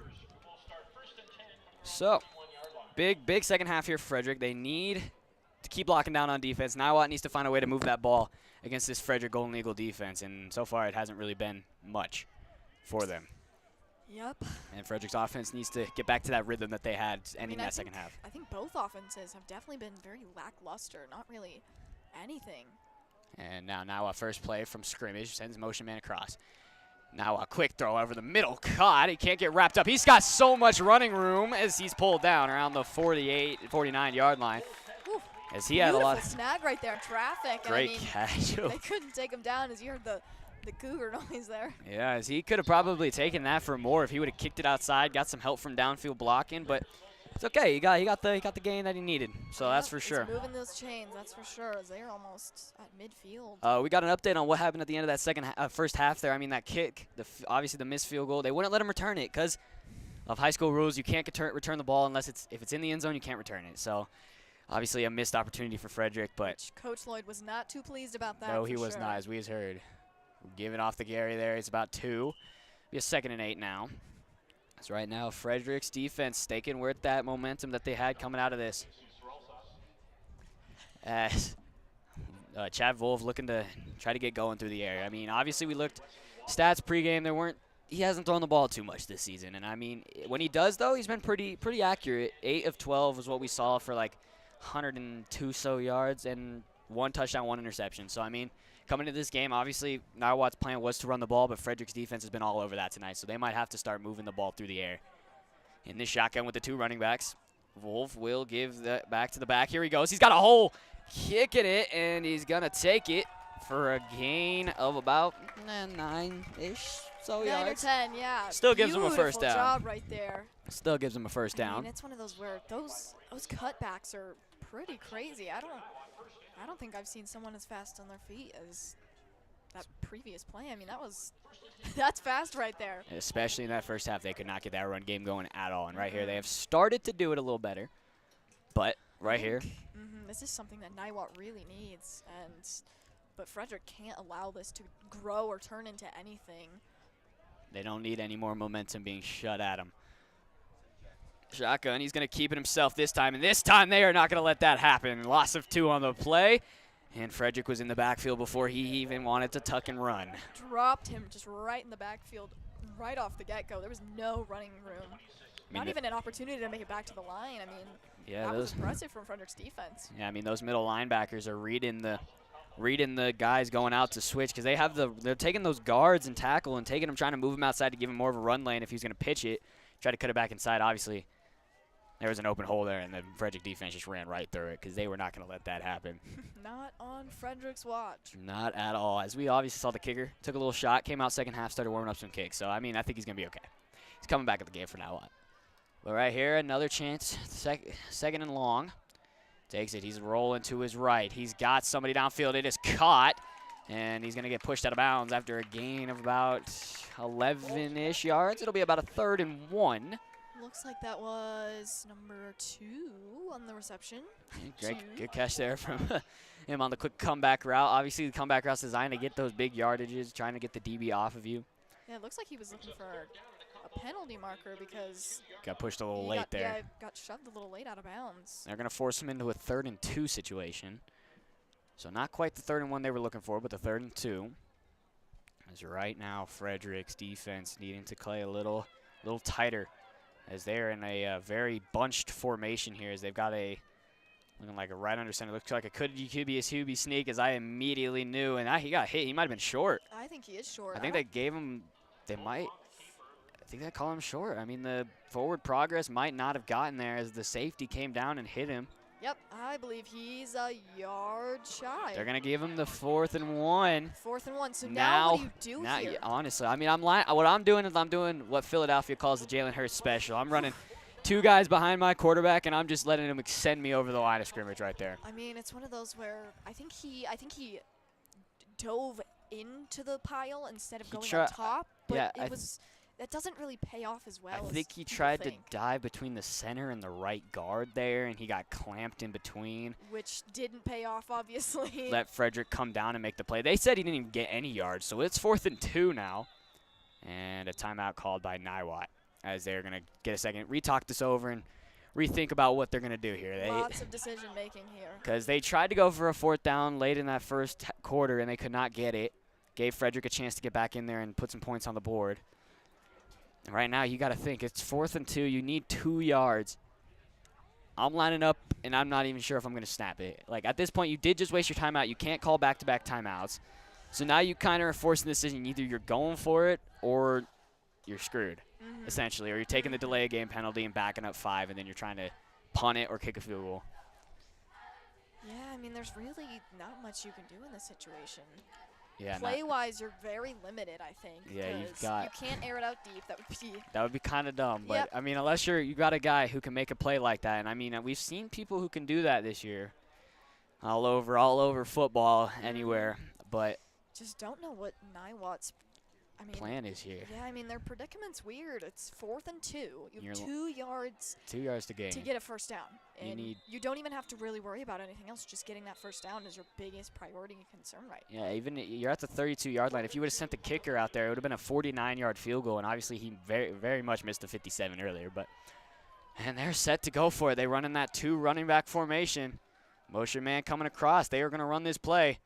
They're going to give it to him. He's going outside, cuts in, and I don't think he got it. I think he's a yard shy. And I don't think he got it. Frederick is signaling that he didn't get it, and the refs, no calls yet. Refs say they did not get it. Frederick's defense coming up clutch on the 4th and 2 ball. Big stop right there. I mean, it's one of those where Niwot had 2 yards to gain, and that was all they needed for that first down, and they couldn't even pick up 1, I think. Like I was saying earlier with that Gavin Ishmael run where he ran east to west, that's what the running back did, but he did a good job cutting up the field where the DB started to close down on him, cut up the field, but right there, Frederick's defense was already there waiting for him. They were ready for him. But now Frederick's offense out of the half, coming up. They're up 7 points right now. They need to move this ball well as they started to in that second quarter. 2 running backs in the backfield, 2 on his right. Ishmael, he's going to give it bouncing around in the backfield. Now he's going to get about 2. And as I saw a Niwot player get kind of bullied at the top of the screen there. 2 people just jumped on the corner there. Yeah, I mean, it's one of those where this is probably kind of a heated game. It's a close game. It's one of those rivalry games that aren't a rivalry, if you could say. Obviously, Frederick's got Meade coming up on the docket soon. That's going to be a big rivalry for sure. That will be quite a game. Last year, Frederick able to win that one, pull through just barely with a 2-point conversion. So. They're going to give it outside. There goes Tristan Dean. He has a wide open running lane. Dean cuts it back inside. He got pulled down kind of awkwardly. Looked like might have been a hand in his mask possibly, but no call. Oh, yeah, no mask. So they're going to call him about maybe a yard shy. That's exactly what they called him. He was pulled down. Weird, though, I do have to say. It almost looked like the back of his jersey. Not necessarily a horse collar. Yeah, Just kind of weird. Could not tell from this angle for sure. But yeah, limited peripheral vision from here. As there is a Niwot player down on the field. Obviously, you hate to see that in any sports. It might just be a cramp, though. We don't really know. Hopefully everything is all right. Obviously, you don't like to see injuries in this kind of situation right here, especially in high school sports. But it is what it is. You gotta go with it. So if I could find the page I'm looking for.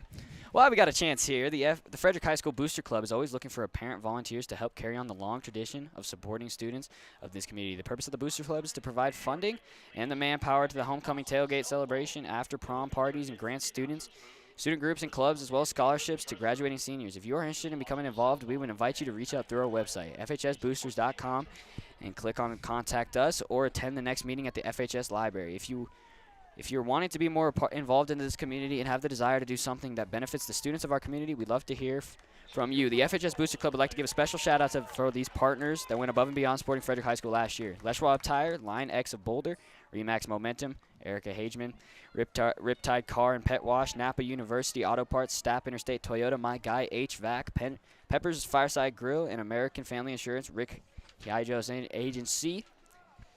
Again, please visit our website, fhsboosterclub.com, and click on Contact Us if you would like to get involved. Welcome to any supporters, not just parents. The FHS Booster Club is a proud sponsor of GEBN.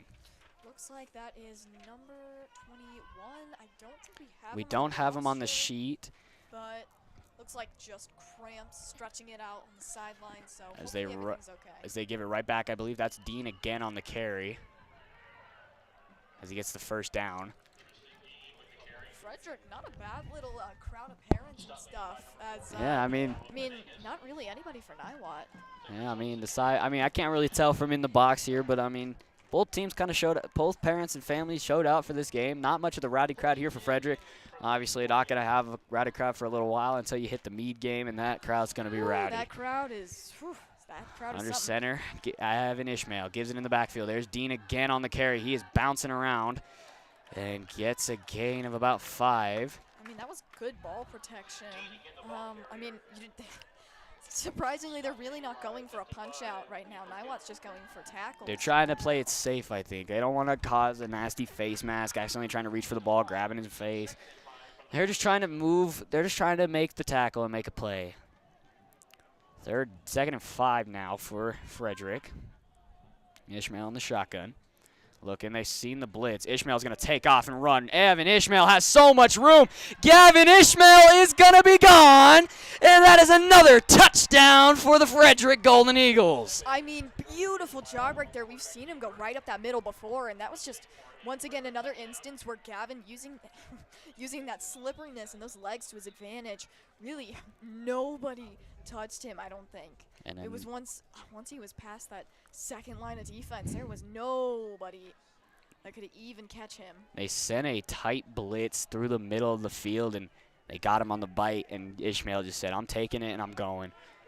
There was a player in the end zone, cramping up a little bit, but he gets up and walks off to the sideline, so that's good to see. Because right now Frederick is looking to give a 14-point lead with this PAT from Dylan Norwood. That's Frederick coming out of the half. Obviously a great way to start it. All on the ground. No pass plays, and that's really what's been working so far. Norwood's kick is just a bit left, and it is going to be no good. It kind of doinked the post there. Yeah, I saw that. The post kind of wiggling there, but I heard it. I could hear it from here. Hear it so slice right past the upright. Obviously, just missed it just wide. But now 27-14, a 13-point lead is huge in this close game. I mean, the only points from Niwot have come on defense. Their offense really has not been able to get anything going thanks to Frederick's lockdown defense. And, I mean, I don't think either offense, though, has really gotten the passing game really going. I mean, like I said, there was that one pass to Del Pitts. There was that deep contested ball to Palma, but it's one of those where those were like once in a lifetime, throw it up. They might come down with it. Throw up a prayer ball is what they say. And it's one of those where, besides that, not really anything. And Not I mean, Niwot much. haven't seen anything, any really glimmer of Hope for them on offense. Yeah, I mean, just obviously. defensively, they've played pretty well defensively, but I think they're starting to tire after that first half. I mean, Gavin's first, 8 passes, 3 of them ended up intercepted. So it was not a clean. It was not a great start for Gavin Ishmael, that is for sure. But he's definitely turned it up through with his legs. And, I mean, Ishmael has just been electric on the ground tonight. But, I mean, we saw before half, we saw the Tatum Sanders run. That went for about 40 yards. And then Ishmael right there took that one for about 40 yards-ish. This one going to be returned in the end zone. No, they will not let the return with the if it's in the end zone, you can't return it rule. I mean, looks like that was number 0, who we also do not have on The our sheet. given rosters. Kind of unfortunate. Sorry to.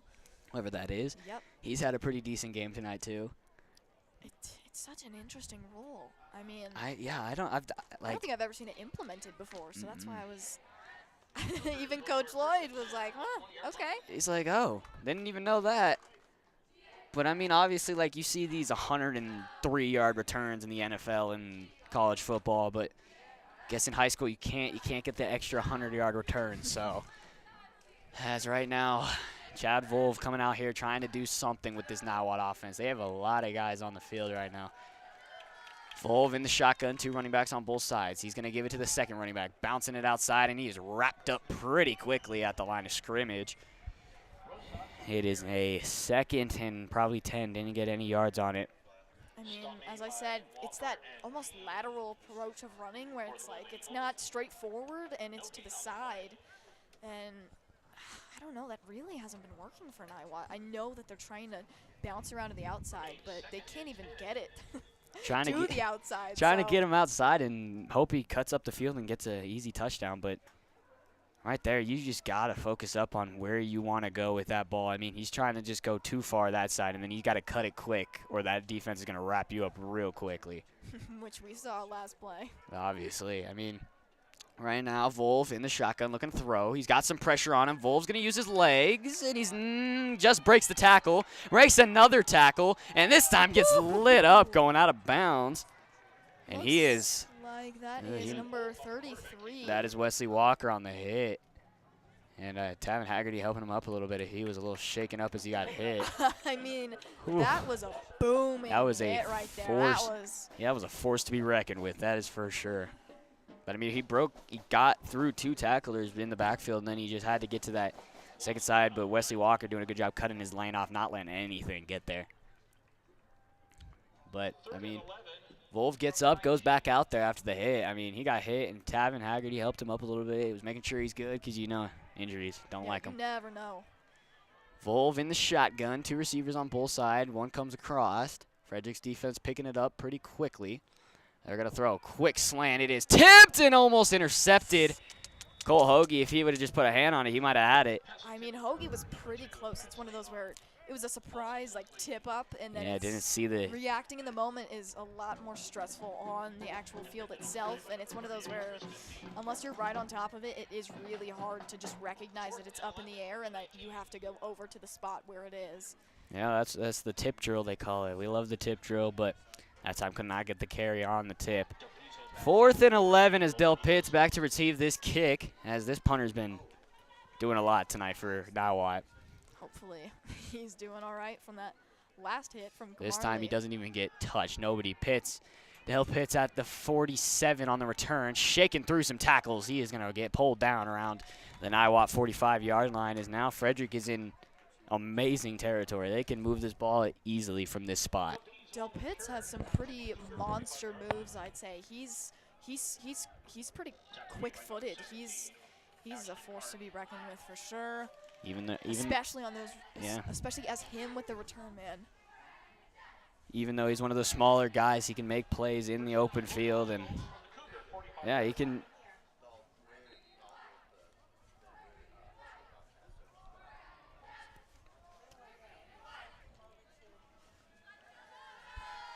A little commotion going on behind us right here, but we're going to cook through it here. Gavin Ishmael in the shotgun.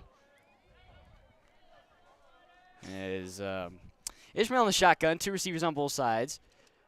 He's going to fake the handoff, play action. Ishmael trying to use his arm down the seam. It is bobbled and caught, and no, incomplete, but there is a flag on the field. It's going to look like pass interference. Yep, I think that was PI right there. Looked like maybe got a hand before that ball was anywhere close. Yeah, I mean, I believe I was looking for Burke Eisman, and he's a big dude. Burke's a big guy, yep. You got to try to do your best to pull him down, and that's what he tried to do a little early, and they're going to call him for the pass interference there. I mean, maybe not. Looks like it's coming back. Not quite sure what this call is. I mean, to me, that looks like a pass interference on the defense. Maybe Burke might have pushed off or something, but I mean, maybe no flag on the play because it is just 2nd down and 10 now. A little confusion. Now they're going to call the flag, and they're just going to walk it. Yeah, that was weird. I don't know why they went back. I mean, they're going to call. They threw the flag, walked them back, and then. Interesting. That's an interesting strategy there by the refs. Never seen that one before. Ishmael in the shotgun. He's got both sides loaded. 2 receivers on each side, 1 running back in the backfield. They like this formation. Ishmael drops immediately, is targeting Palma. Palma shakes a tackle. There goes Jisrael Palma down to the. I believe he might have got a first down there. He's going to be close. It's either 2nd and 1 or 2nd and inches, and there's Palma's first grab of the game. Get him into open space. Palma, beautiful snag right there. And you could tell he was anticipating the big hit and just sidestepped it completely. There was no big hit to be seen. And right there, Gavin immediately, as he catches the snap, just straight looks at Palma. He knows where to look, but this time I think he definitely read the defense better than he did that first quarter. I mean, that first quarter, there was no – I mean, he really didn't even check the defense. Yeah, I mean, he just started throwing the ball up. As here we go on 2nd down and 1. Ishmael, play action to Kamarli. Davey with a good block down the seam for Eisman. Takes a hit and he's in. Touchdown, Frederick. Burke Eisman on the reception. Eisman, I believe that was his first reception, and I mean, an amazing one at that. It's one of those where once you get that big tight end involved, it's almost like a Travis Kelce situation where it's like who he defers to, and it's a good target nonetheless. I mean, they ran it right back down the seam like they did that first time, but the first time they got the flag for the pass interference, but this time he just absolutely got hit, but he got the ball. he got rocked as he got hit, but he made a play and caught the ball, so good on him. And now Frederick is staring at a chance to make it 35-14 as they are going for the 2-point conversion here after the missed PAT by Norwood last time. Ishmael in the shotgun. Gonna take it himself. He's gonna have a lane, and he's just gonna walk it in untouched. That was easy. Oh man, a little too easy for Gavin's liking, I bet. Made it look way too simple for him. Not complaining, of course, but obviously not. I mean, that's two free points right there as he walked it in untouched. All right, now Frederick, 21-point lead. Oh, Frederick. As right now, both teams huddling it up, getting a minute for their special teams to get on the field and make a play. 4:22 remaining in the third quarter here. As this third quarter has felt like it's been going on for a long time. It has felt like that. But, I mean, Frederick has definitely used that to their advantage for sure. Norwood's on to take the kickoff. I mean, you're down 21 points if you're Niwot. I mean, now 35-14, as you said. Yeah, I mean. And, I mean. I don't even know what I'm doing in this situation. Like, do you keep Chad Volve in the game? Do you let him get a couple more extra reps? You're down 21 points. You try to start the comeback, or do you just say sit him for the night and just let him try to do something? Maybe throw his brother in the game. You never know. Get to see some Wyatt Wolf action. Both returners, a little miscommunication. Both thought they were going to go get it. Here's the high step. Here he goes down the Frederick sideline. Bear crawled for an extra 2. It'll be at the 29-yard line as Frederick was snapping at his ankles right there. Chad Volve is staying in the game. I mean, it's one of those, as you said, you're down 21. 3-score game. Do you keep your starting quarterback in? That's the real question. 4:15 remaining in the third. Then you have a whole nother 12-minute half, I believe it is. 12-minute quarter. So that's 16 minutes and 15 seconds. And if you go down by 28, I mean, this could be an interesting play for the backups if they get a chance to come in the game. Motion coming across. They're going to give it to him on the jet sweep. Here he goes. Outside. Great wrap tackle there from Tavitt Haggerty. Once again, flying down from the safety position, making the tackle. Haggerty is a speedy threat right there. And, I mean, something that you really have to watch out for. And I'm really starting to question how many of Niwot's starters they'll probably keep in, as this is a 3-score deficit. If they go down 4, it might be a different ball game for Frederick at least. They might throw in some of the backups, start throwing the JV kids in there and let them go wild. Yeah. Let them go wild. As right now, Niwot staring at a 2nd and 11, only loss of 1 on the last play. Motion coming across again, fakes the jet sweep this time. He's gonna unload it. Chad Volve is in, complete. As they might have been able to flag one of the Frederick defenders there as he kind of ran into him. When that ball went up, he kind of ran into him, but yeah, it looks like there's another Niwot player down. I think that was the receiver that was out deep. Yeah, I believe it's just a quick cramp. Obviously, hydration is key and a hot day like it is today. I mean, it is becoming October, but it is still a pretty warm day out today. It was high of, what, 78 or something like that. It is pretty warm out there. But, you know, you got the little breeze, the fall breeze. Slight fall breeze. Slight fall breeze, getting at the fall season here. Looks like that is number 12. That is down for Niwot, so that will be...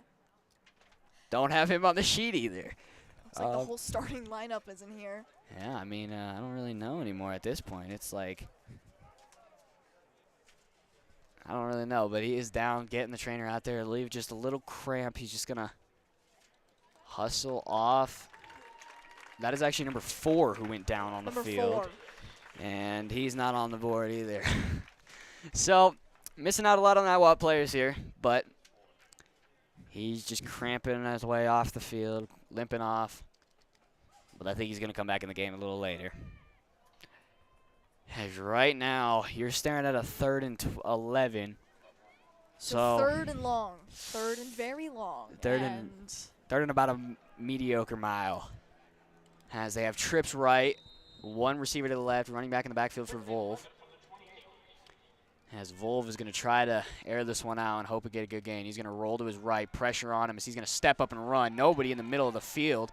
And he slid a yard shy of the first down. I mean, I think he should have slid it at least to get the first. I think I would have dived in that situation. Yeah. But diving would have worked way better. But obviously, try not to get hit. Try not to get injured. Just play the game. And especially since they are down so much, the last thing that they need is an injured starting quarterback. 4th and 1 now, as Frederick has held Niwot on 2 4th downs so far today. Can they make it a 3-peat? I think so. But then again, I'm biased. So I would probably just give it to Volv again. Let him run right down the middle of the field. Volv in the shotgun once again. Same formation as they're going to call a flag. This could be false start or offsides. It's going to be a false start. It's going to be on Niwot, backing him up 5. Now you're sitting at a 4th and 6 rather than a 4th and 1. So with this backup, I think honestly you should just punt it away. I mean, down they'll by. Bring their punter out. Yep. I'm down. No, I don't know. Are they bringing the punter out? Yes, they are. You are down a lot. Mm-hmm. So this is going to be interesting. Down by 21. 2:25 to go in this 3rd quarter. The punter is still out there. If Frederick scores here, this ball game is going to look a lot different for each team. That was a dart of a punt. Bell Pitts called for the fair catch. He's going to let it bounce. Might not want to keep letting it bounce. Ball's going to settle around the 12-yard line. Not too shabby of a punt there. Pretty sky ball right there. Thought it was just going to drop and sit, but kept rolling. It kept rolling. Did not want to stop, that is for sure. 2:06 remaining in this 3rd quarter as Frederick has the lead. Up 21 points. Right now. 21 and hoping to make this deficit even bigger. Right now we get a chance. Got to make sure I'm on the right page here. Believe I am. Okay. JHL Constructions. So we're going to go with a legacy of over 36 years. JHL Constructors is a fully integrated Colorado-based, Colorado-focused construction firm. From infrastructures and vertical buildings to our success is built on a long-lasting relationship with our client, design teams, subcontractors, and our Colorado community.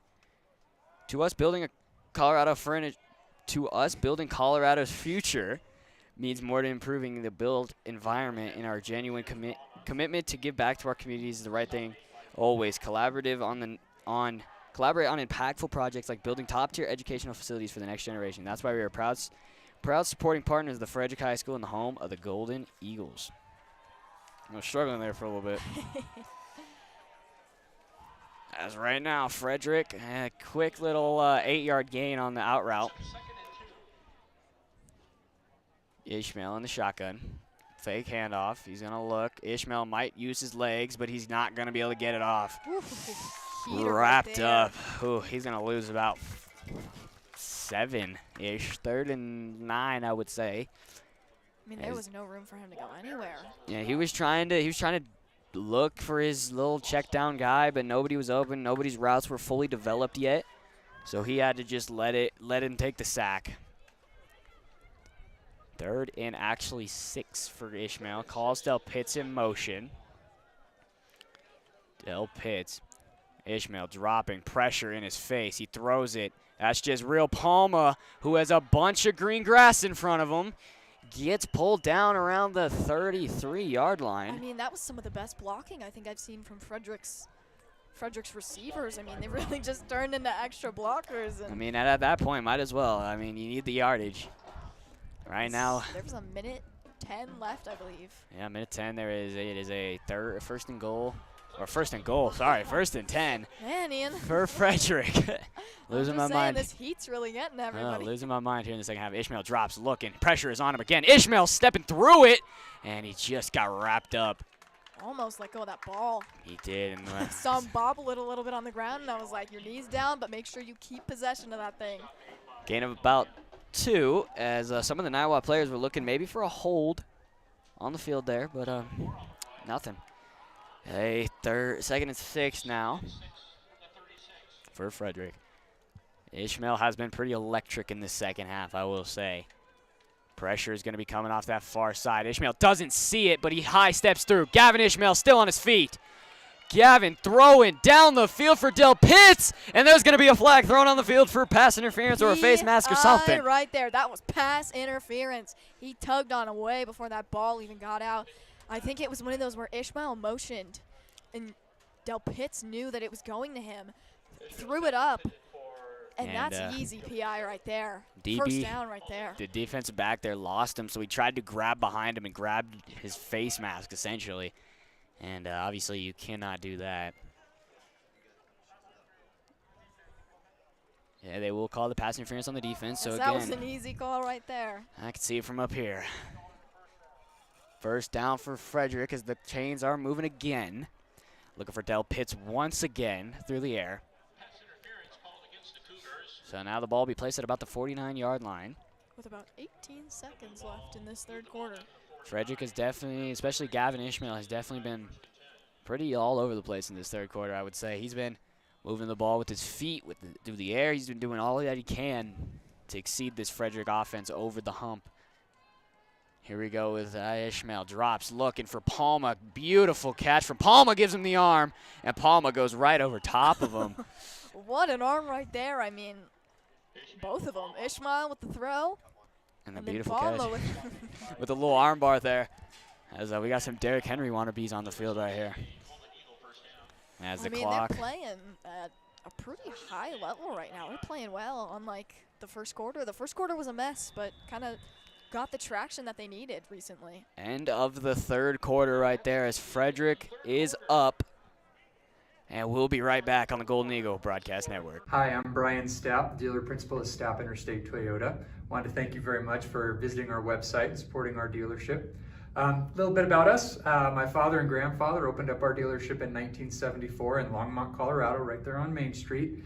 And now we're located on I-25 in Frederick, Colorado. We moved out here in 2007 and opened up the first Image 2 dealership in the state of Colorado, something we're very proud of. And more than anything, it kind of was a nice little place mark in our dealership's history over the last 46 years about taking the next step and embracing what Colorado is becoming, quite frankly. We're very proud of our history. A couple things that we'd like to point out that I think is very unique in the industry is that we only have one person who will help you if you come in to buy a car. And it's not because we don't have multiple people say hello, they all will. But we think that the relationship is far more important than anything else. Transactions don't allow businesses to stay in business as long as we have, but relationships truly do. So from the second you walk in, one individual would greet you. They would show you all the vehicles we have to offer. They'd present your numbers to you, help you find creative solutions to get the car that you want at a price you're comfortable with. They'd also talk about extra options such as extended service contracts or prepaid maintenance and things that you'd like to put in your monthly payment that would make it a little bit easier so you're not surprised throughout the ownership process. They'd go over all your accessories, all of your vehicle presentation, and they'd be the same person who would shake your hand. And we are back here as Ishmael takes the shotgun snap. Rolling to his right. Ishmael under pressure throws for Palma. Overthrown. Tried to make the one-hand catch there. I don't know if that would have worked very well. I mean, it's Palma. Who's to say that he can't do it? I mean, no offense to Palma. That's a pretty high-level play there if he could make that catch. Ball moved onto the left hash. 2nd and 10 for his offense for Frederick. Now, my question is, how much longer is this Frederick offense going to stay in the game? I know. Surprised I haven't seen some of the JV starters starting to foul their way onto the field. Ishmael, keeper this time, not going to get much. He's going to get about 2. Landed on his knee a little awkwardly there, but nothing. Gets right up. Okay, though. Looks right. He just gets right up and does what he does best. As Ish is looking to make Frederick to put points up here. I mean, even a field goal at this stage in the game could be pretty devastating for Niwot. Because that's 4 scores nonetheless. Yep. You cannot.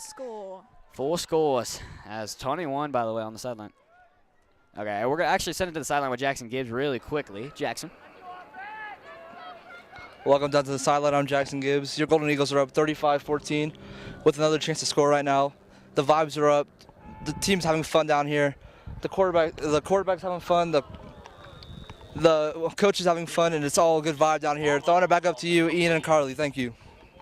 Defending on the play, yeah, we're back up here. Thank you, Jackson. And Ishmael was trying to bomb to Palma once again, overthrown him. Glad we didn't miss that. 4th and 10 for Frederick. I mean, at this stage in the game, go for it. As long you don't really have anything to worry about. Just don't throw another pick. That could be devastating right here. That's the only thing. I mean, the only points coming from Niwot today has been their defense. So, I mean, if you're Frederick, I think I'm not too worried about watching Niwot's offense come back out there. Pressure coming on that far side. That was instantly one-on-one as he could not find. It looks like Rudman. Is that Rudman? That's Rudman. He didn't even turn around. I don't think he anticipated that ball. Ishmael got hit, and he's kind of limping on that left ankle. Oh, that's he is. not great, but, I mean, it might be okay. I mean, Rudman trying to run that deep out route, and, I mean, earlier we saw Palma do it, and he hit him perfectly as he turned his head, but Rudman, he had to get that ball off quick as they sent a far safety blitz on the left side, and he came in flying. Niwot now. Looks like they're looking for the call. I'm not sure who's They keep doing that. That is Chad Volv. Volv is still in the game, I think. But there's some miscommunications by what receivers are supposed to be on the field right now. As Niwot needs to choose something here. They need to put some points on the board. Obviously, the missed 57. I mean, I don't think he was going to make it regardless. But if he did, we'd be looking at an 18-point game right now. Motion coming across. They like that motion play. They're going to give it to the back, and he's not going anywhere. Yeah, stuffed right just past the line. Beautiful job by Frederick's defense, as per usual this game. This defense has been all over the run as nothing has been coming through. As the band is trying to get the Niwot fans a little bit of hype here, as they have, I mean, they haven't had the lead since the first quarter, and they had a pretty good 14-7 lead, and then Frederick obviously knotted it up and then took the lead later. All right, now here comes Niwot out. This stage in the game, if Frederick can make a defensive stop, it's going to be interesting because obviously we saw Ishmael coming off the field limping a little bit, but will he stay in the game is the question. Got 10 minutes left in the fourth quarter here. Quarterback keeper for Volv, and he lost the ball. Chad Volv loses it. And luckily his man jumped right on top of it as he took a shot. I mean, it's one of those where ball security, they teach you so much about that. That is the one thing they teach you every day, ball and it's security. one of those where it's like, if you're running that football or if you have it in your hand, you got to make sure that it's secured. Yeah, I mean, that was just messy right there. Looked like his head might have just shot through and hit the ball out. It was quite a play regardless, though. I mean, yeah, give it to Frederick there. That was a great play, but nobody was there to receive the fumble. But I think at this stage you're okay. 3rd down and 8. So they lost about 5 or 6 off the fumble. Way off sides was that slot receiver there. Volv getting his receivers in check. Volv's going to drop and throw.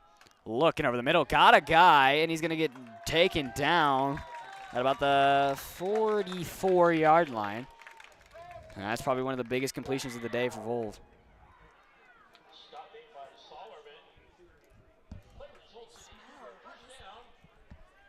as we are just waiting to see what the Niwot Cougars are going to do here.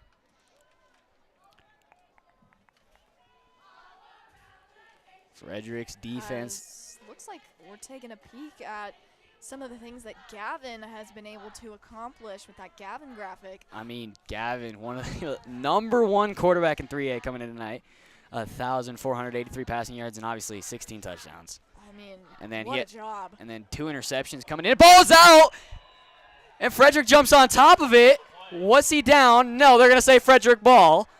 As we're trying to praise Gavin over here, they're just going to let Frederick get the ball. Maybe another opportunity for Gavin to get back on here and show his greatness. Will he get back in the game is the question. That is a good question. Up 21. I think Frederick's going to decide what they want to do here.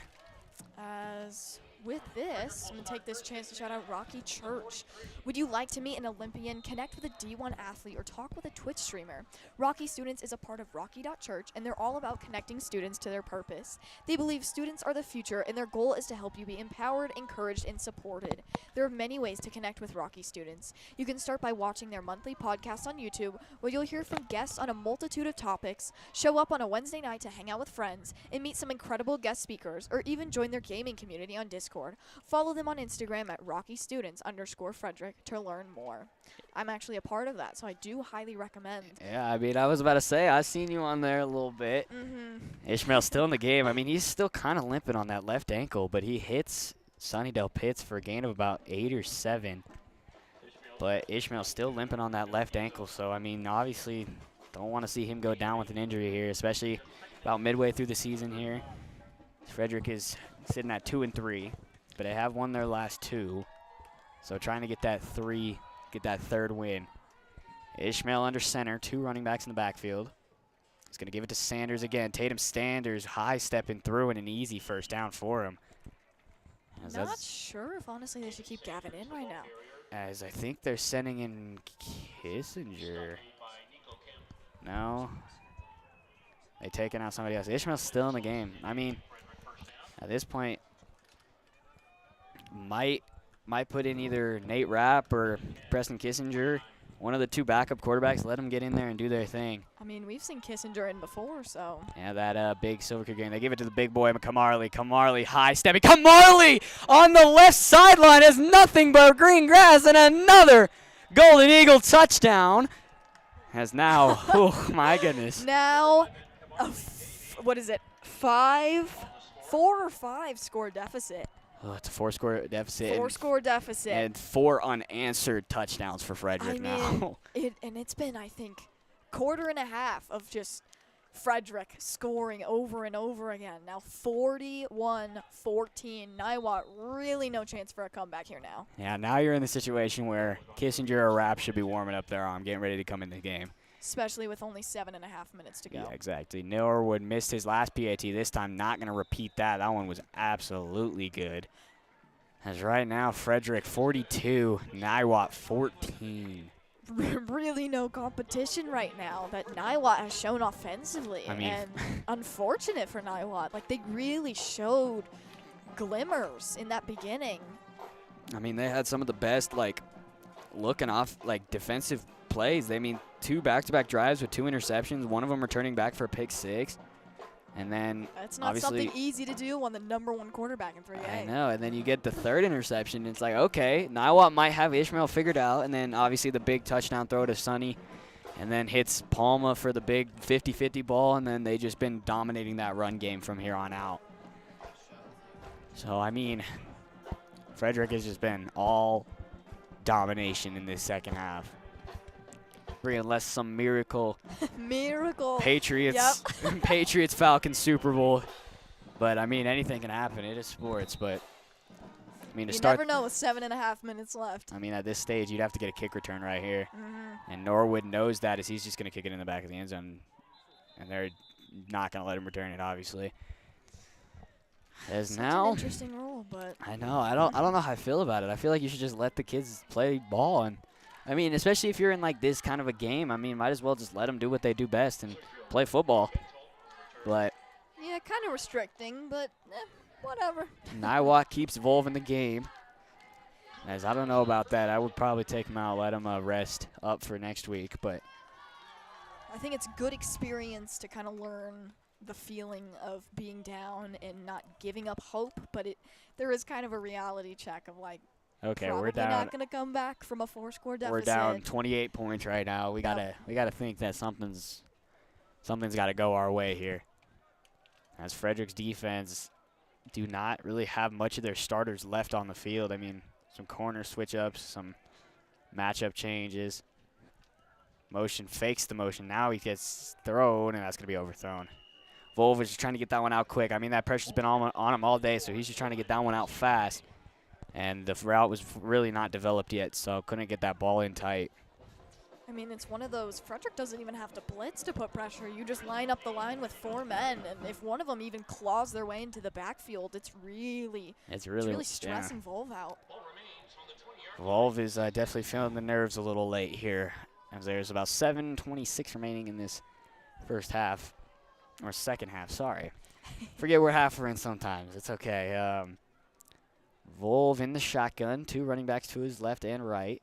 Line is stacked. There is a tight end on the line. 2 receivers out. Volv's going to give the carry. He's going to high step through the zone and get about 6. 3rd and 4 now. It's not a horrible gain right there by Rosas. Back to Rosas. Jesus Rosas. We love him. We like that name. That name is a very intriguing name, I will say. Yeah, Rosas, though, a good job just right up the middle right there. Giving him a 4th and 3rd and 3 now. As right now, Niwot looking for something and anything to go their way. Wolf in the shotgun. 2 running backs in his backfield with him. Wolf gonna give it. Here goes high stepping, and he's gonna get the first down, and a flock of Eagles just grab him and pull him down. What should be a first down for Niwot. And there goes the Cougar. Man, that Cougar has been played like 4 times today. I know. Niwot has not moved the ball very well. As Niwot now looking at a 1st and 10. About 6 minutes left. I mean, at this point in the game, might as well start throwing up some Hail Marys or try to get something going, route combinations. You know, that's what the Chiefs do best. You know, they have those interesting routes and interesting plays that they just run, and sometimes it works. Over the middle of the seam, caught, and a first down. Beautiful catch right there, like in between bodies. Found that, and that'll be the 5th time we've heard the Cougar noise. So Yeah, they're starting to move a little. They're starting to move the ball a little bit here. Obviously, it's a Saturday game, not a Friday night game, but, man, it's interesting. Quick little Saturday evening game, because why not? I was about to say, throwing a surprise game. Might as well at this point. As right now, Frederick, his defense is, I think I'm just a little tired, a little, why do we got to still be in the game kind of feeling. Yeah, like, I understand completely. You've been playing for about 3.5 quarters, and yeah, you've been really doing nothing pretty much good. has gone your way. So I mean, you've been playing really well if you're that Frederick defense. Motion man goes outside. They're gonna give it once again to Rosas. Rosas. He's gonna get about 6. There is about 5 minutes now. This clock really starting to. I think they're gonna just let the clock kind of run at this point. I mean, Which is smart. You're at the stage. It's a 4-score game. Let the clock run. But I mean, what are the odds that Gavin comes back in this game if they get the ball back on offense? 2nd and about, I want to say 4 or 5, maybe 6. Looks like that's 2nd and 5. Yep, 2nd and about 5 now. As that receiver does not know where he's lined up. He needs to line up a little closer to the line of scrimmage. Trips out for left.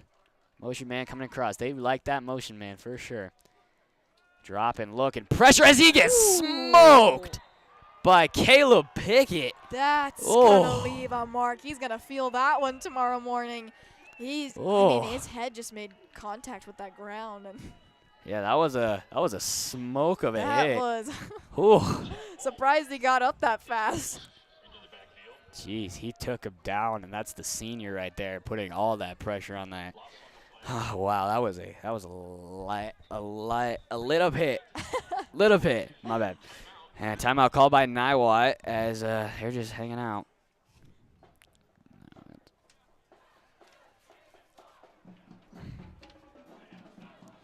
As the 2024 high school yearbook staff is excited to capture the memories and moments of the 2023 to 2024 school year.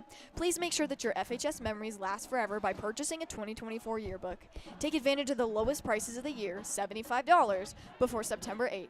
As an added bonus, purchasing personalization, your name embossed on the front cover, will allow you to add up to 4 icons for free. Prices will increase throughout the year, and yearbooks have sold out the last 2 years, so buy your book now.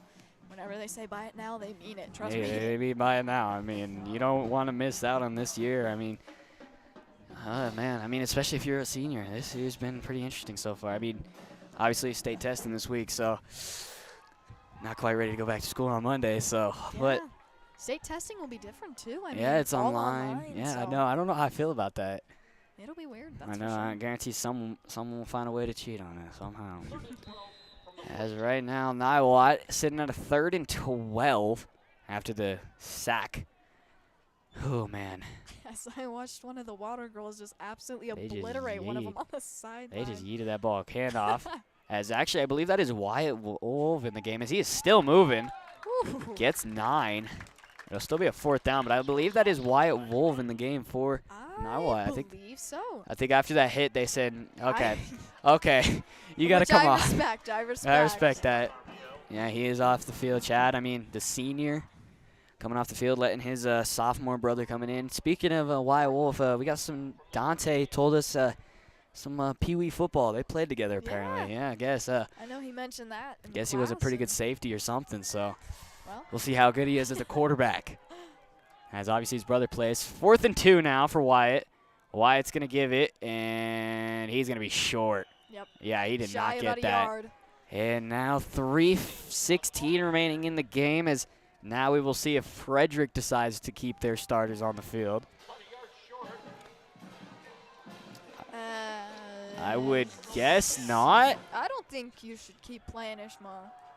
Ishmael a little banged up. He's just let him rest. Let him put a headset on. He's played a good game except for the first quarter. We don't talk about the first quarter. Erasing that, it's been a great game for him. It's been a great game. Using his legs have been. He's used his legs a lot today. As no, he is not in the game. As I believe that is Kissinger on the field, and now some backup chances for some players, for some JV players to get their chances. Here we go with Kissinger in the shotgun. He's gonna give it. There goes. I believe that's Salmeron.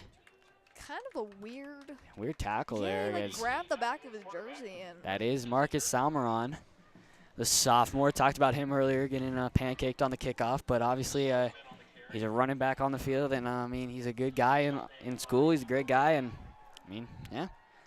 As Kissinger, the sophomore quarterback in the game. A little under 3 minutes to go. And I mean at this point in the stage, you might as well see what you got for your future. Throwing in the backups is a smart thing to do. It is pretty smart as Frederick has some interesting guys on the field now. Kissinger under center. Is going to give it to, I believe that might be Petrez. Is Denny Petrez. Ooh. He got taken down from behind. That was a great tackle, though. As a Petrez, another one of those smaller guys. One of those smaller guys, but he can do things. He also happens to be a sophomore, too. Lots of sophomores. A lot of these sophomores.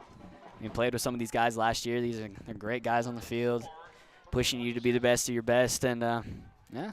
Yeah, real nice on and off the field too. Obviously, yeah, we love these guys on the field right now. As Kissinger is under center. Waiting the snap. He gives it back to Petrez. Petrez is absolutely wrapped up that time, and I think that's the first drive this second half Frederick has been in a 4th down situation. Really nothing to worry about, though, with about a minute and a half to go. I mean, you're up by a lot right now. I might as well. You can waste this clock as much as you want. Run it down. I believe that's what they're trying to do here. But some of these guys like Petrez, Del Pitts, Reno, Preston, they've been playing with each other for a while. They've been They're on the same Pee-wee team, so they've got that connection for sure.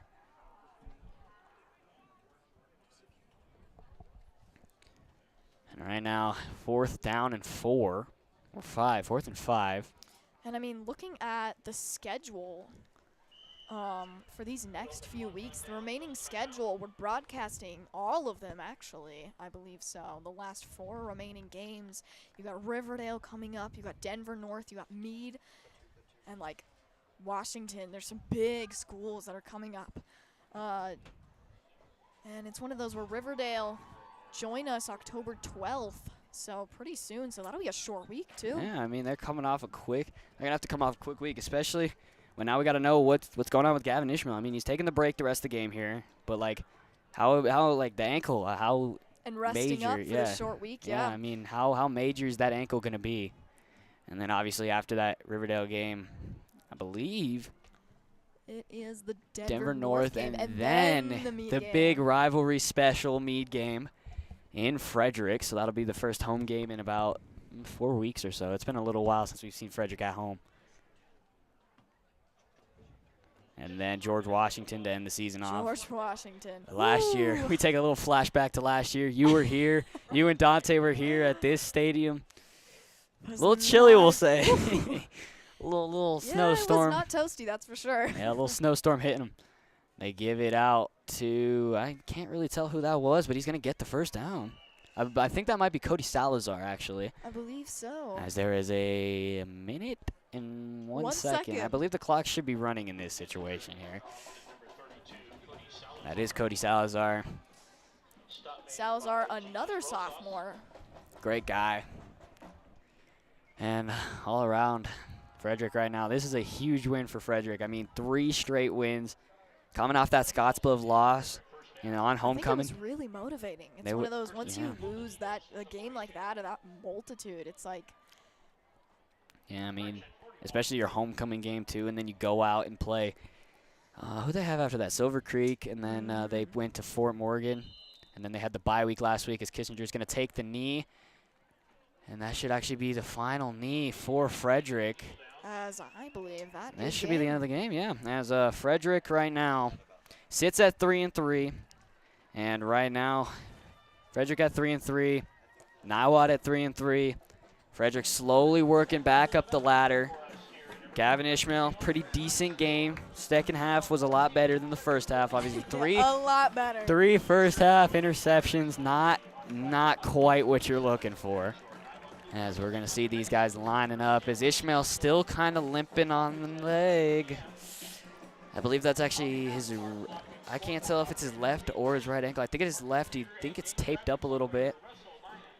But that's not great to see. But knowing Gavin Ishmael, he's going to walk it off and come back next week. He'll find a way to persevere. As we're going to try to get Jezreel Palma on this post-game interview. But, I mean, your keys tonight, I mean, I think all of them hit pretty well. They stopped. They limited Chad Wolf's running game. They eliminated the running game. And then Wyatt got in the game, and they eliminated that too. So, I mean, Frederick has just been pretty dominant tonight in the offensive second half. And then defense-wise, they made some great tackles, great rack up tackles, and just making plays. As we will send it down to the field with Jackson Gibbs. That's tough. Jackson Gibbs down here on the field with star wide receiver Jezreel Palmer. How did you think you did today? I think I did pretty good. Our offense, we started off rough, but second half we did pretty good. Defense let up 0 points. We love that. 14 points was on offense. We started off really slow, but overall I think we did pretty good. What was going through your head on that catch to set up for that tying touchdown? Or you bean topped them? I was just hoping I didn't lose the ball, pretty much. Okay, thank you. Going back up to the booth. Thank you, guys. All right, thank you, Jackson. Today's broadcast is brought to you by the talented crew of students here on GEBN, the Golden Eagle Broadcast Network. I've been sophomore Ian MacHendrie alongside sophomore Carly Evans. Our director and associate producer of GEBN is junior Chloe Gould. Our camera operators are sophomore Sophie Palmer and freshman Ethan DeLear. Our producer down on the sideline is the technical producer of GBN, sophomore Wyatt Morrison. Our production assistants today are sophomore Sergio Marquez and freshman Austin Gibbs. The third member of our team down on the sideline, junior Jackson Gibbs. Mr. Marsing is GBN's advisor. We'll have the same matchup again for you on Tuesday night as this time on the volleyball court as the volleyball Cougars come to Frederick. Our coverage of that will start at 6:15. Then Dante Carley and the crew will be back on Thursday night on the road to watch these football Golden Eagles get what we hope is a crucial win against the Riverdale Ridge Ravens in Thornton. For everyone at FHS, I'm Ian MacHendrie, and you've been watching the Golden Eagle Broadcast Network.